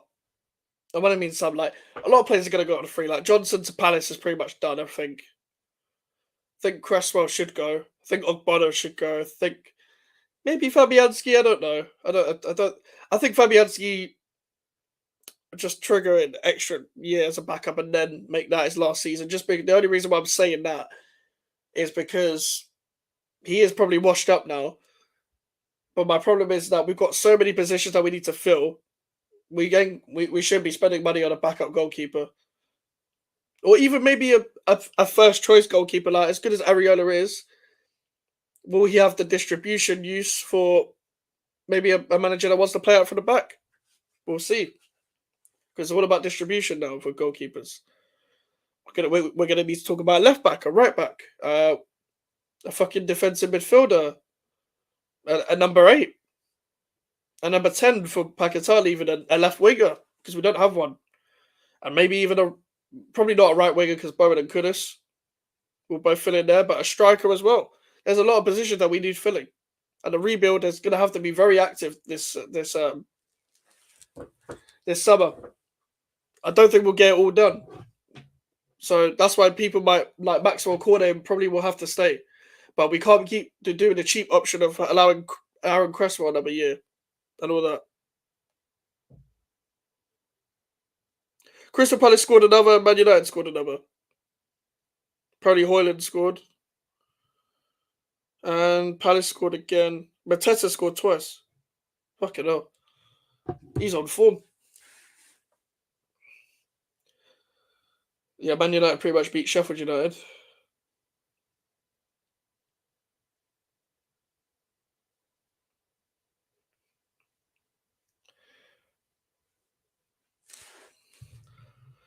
Yeah, I love Ogbonna, but a centre-back rebuild, oh, fucking hell, we need about 3.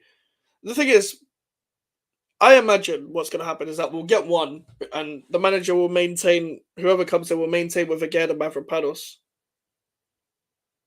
Because Aged can play out from the back, and Mavropanos can play out, and he's actually a good defender. He just makes mistakes with the ball. But maybe under a different manager that likes to play on the ball, he'll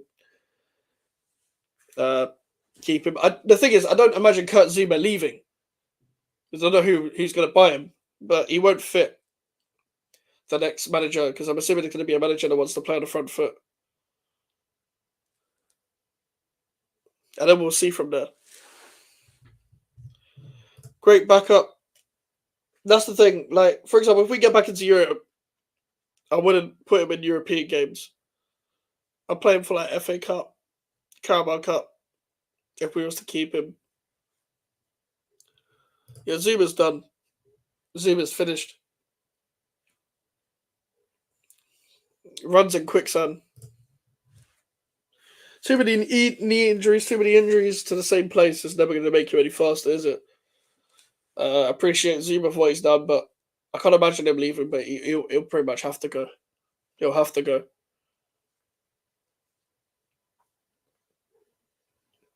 I can't lie, I'm too tired to do a match reaction afterwards, but I don't know. I might still do it. Well, I can't believe Everton have got a free kick for that, but it is what it is. Bournemouth actually beat Wolves with 10 men. Well, we're fucked.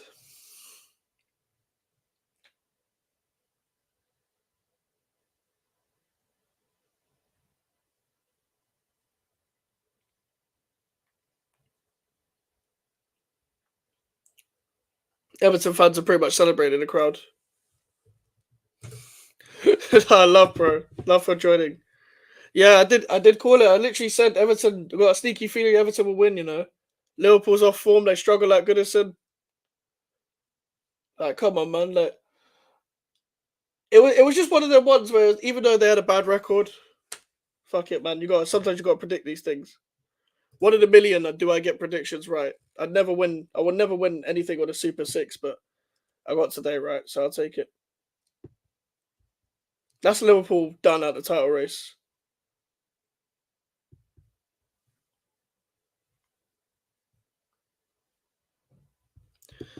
Pretty much a 2-horse race now. Then I think um, I think Tottenham got something for Arsenal, and that's not our hope. I generally think they do, but I think Man City might struggle tomorrow.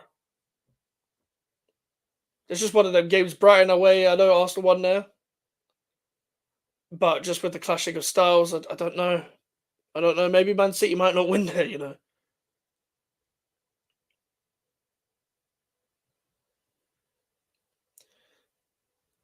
Liverpool is still like they're just all they've Liverpool have done is just pass sideways. Simicast, oh my god, free. Make sure to like the video, people. Make sure to subscribe and share it to somebody who isn't subscribed if you are subscribed yourself. On the road to 500, as it says at the bottom. And yeah, we'll do a match reaction. We'll do a match reaction. Why not? Simicast with the corner. That's better than Robertson's corners. Probably should start. Elliott's tipped over by Pickford.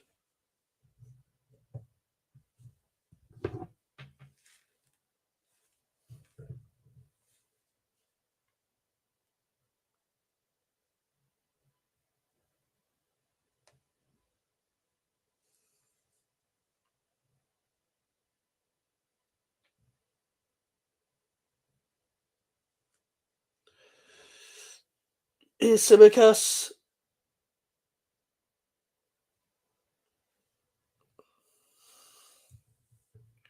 Yeah, Liverpool are the first ones to bottle the league. Because they were top at one point. I'm pretty sure they were top. Van Dijk to Simicast, 5 minutes at a time. Now, if Liverpool come back from this, then or even a draw is not enough. If you count that as a bottle, I don't know. I don't know. It depends how long they were top four. It depends how many points they were on top four. Put it this way: they bottled the Europa League. They bottled at least one trophy. They definitely bottled the Europa League.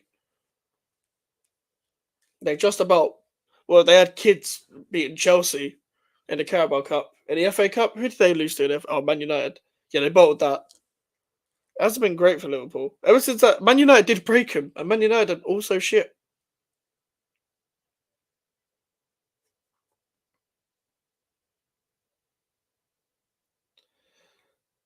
Pickford, long ball up. Calvert again. This is the best I've seen Calvert-Lewin all season. McNeil, ball over the top. Oh, Calvert-Lewin should have put his leg in front and tried to get a penalty out of that. Because that would have actually come about as well.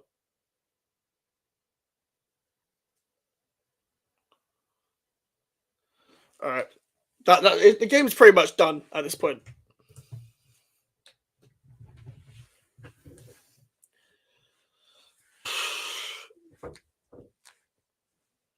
It's been awful. Even the subs, I don't even know if Liverpool have attacking subs. But Klopp didn't even trust to put the youngster Jaden Dans on. He just put on midfielders and defenders. Endo completely messing up with the ball there. Anana, can he put Harrison through? No, he can't. Kwanzaa's good defending though. Good reading of the game. I don't know how Liverpool come back from this, apart from they'll probably beat us, and that's it.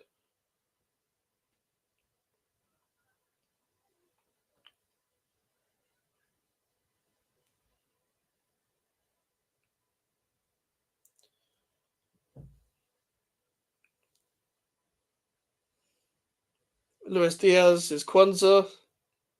It's not even like Liverpool switched it up at all to do anything. They've just got the ball to Elliott. Elliott's crossed the ball. Another cross from Gomez. Everton have just dealt with it. They've just forced them down the sides and invited the crosses in and then headed everything out. Calvert-Lewin doing well there. Decore's played well as well. Ashley Young's done well. He's had the easiest game.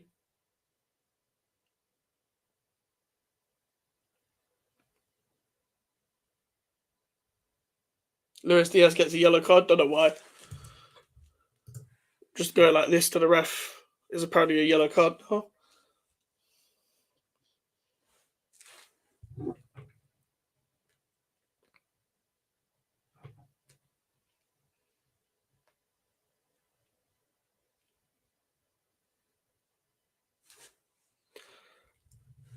Oh, that's the thing that I don't think I'm doing a watch along on Sunday. I'll see what I can do. I'll see what I can do because I'm working Saturday. I don't know what's happening. Depending on the situation, no, I might do a watch along. If I'm gonna do a watch along on Sunday, I'll do a Super Sunday watch along. That's the thing. That's gonna be my longest one. But it also depends on my StreamYard limit as well. Uh, Put it this way: if I do a watch along Sunday, there will be no watch along for the first legs of the Champions League. Because it's like a certain limit per month. I've been streaming a lot this month. I think. I think I have any. Actually, I don't think I've done that many. It feels like a lot. Hold on, how many live streams have I done this month? 1, 2, 3, 4, 5, 6, and then yeah, 7. I've pretty much done 7. Done 7 watch-alongs, 7 streams. Yeah, that's not that bad.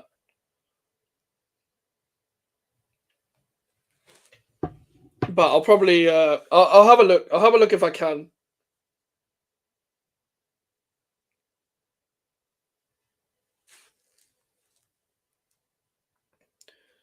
Champions League next week should be interesting as well. Bayern, uh, Real Madrid, PSG Dortmund. With Diaz flicks it, Salah on the volley, good save from Pickford. Joe Everton deserve a clean sheet as well. Pretty much game over now.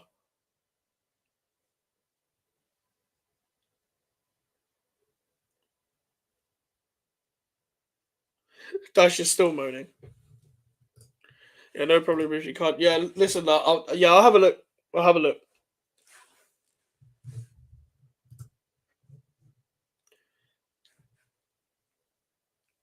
Why is it still not been given full time? Just give the thing full time.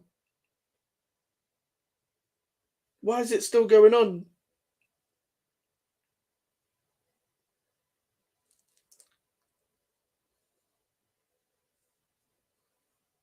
Yeah, the Dutch just wants it over.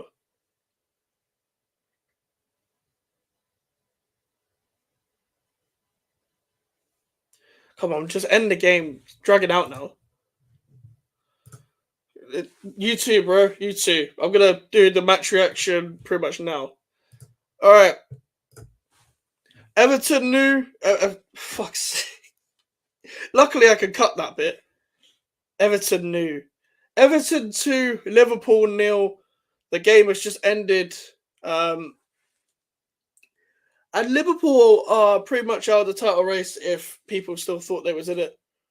I think a lot of Liverpool fans, especially, thought that they were out of it by the time it was Man United away. I think a portion would have still kept the belief because of the whole mathematical thing. The fact that they can still mathematically do it, technically, but they've probably dropped too many points now recently after the Palace loss, after this loss as well. They won against Fulham and then they've kind of messed it up, all like Everton away. I will take pride in the fact that I did call it. I did want Liverpool to win just because I don't want Arsenal to win the league. Now I just got to rely on Man City. But that game was thoroughly deserved from Everton. They had a game plan. They played it well. It was an end-to-end start of the game, especially.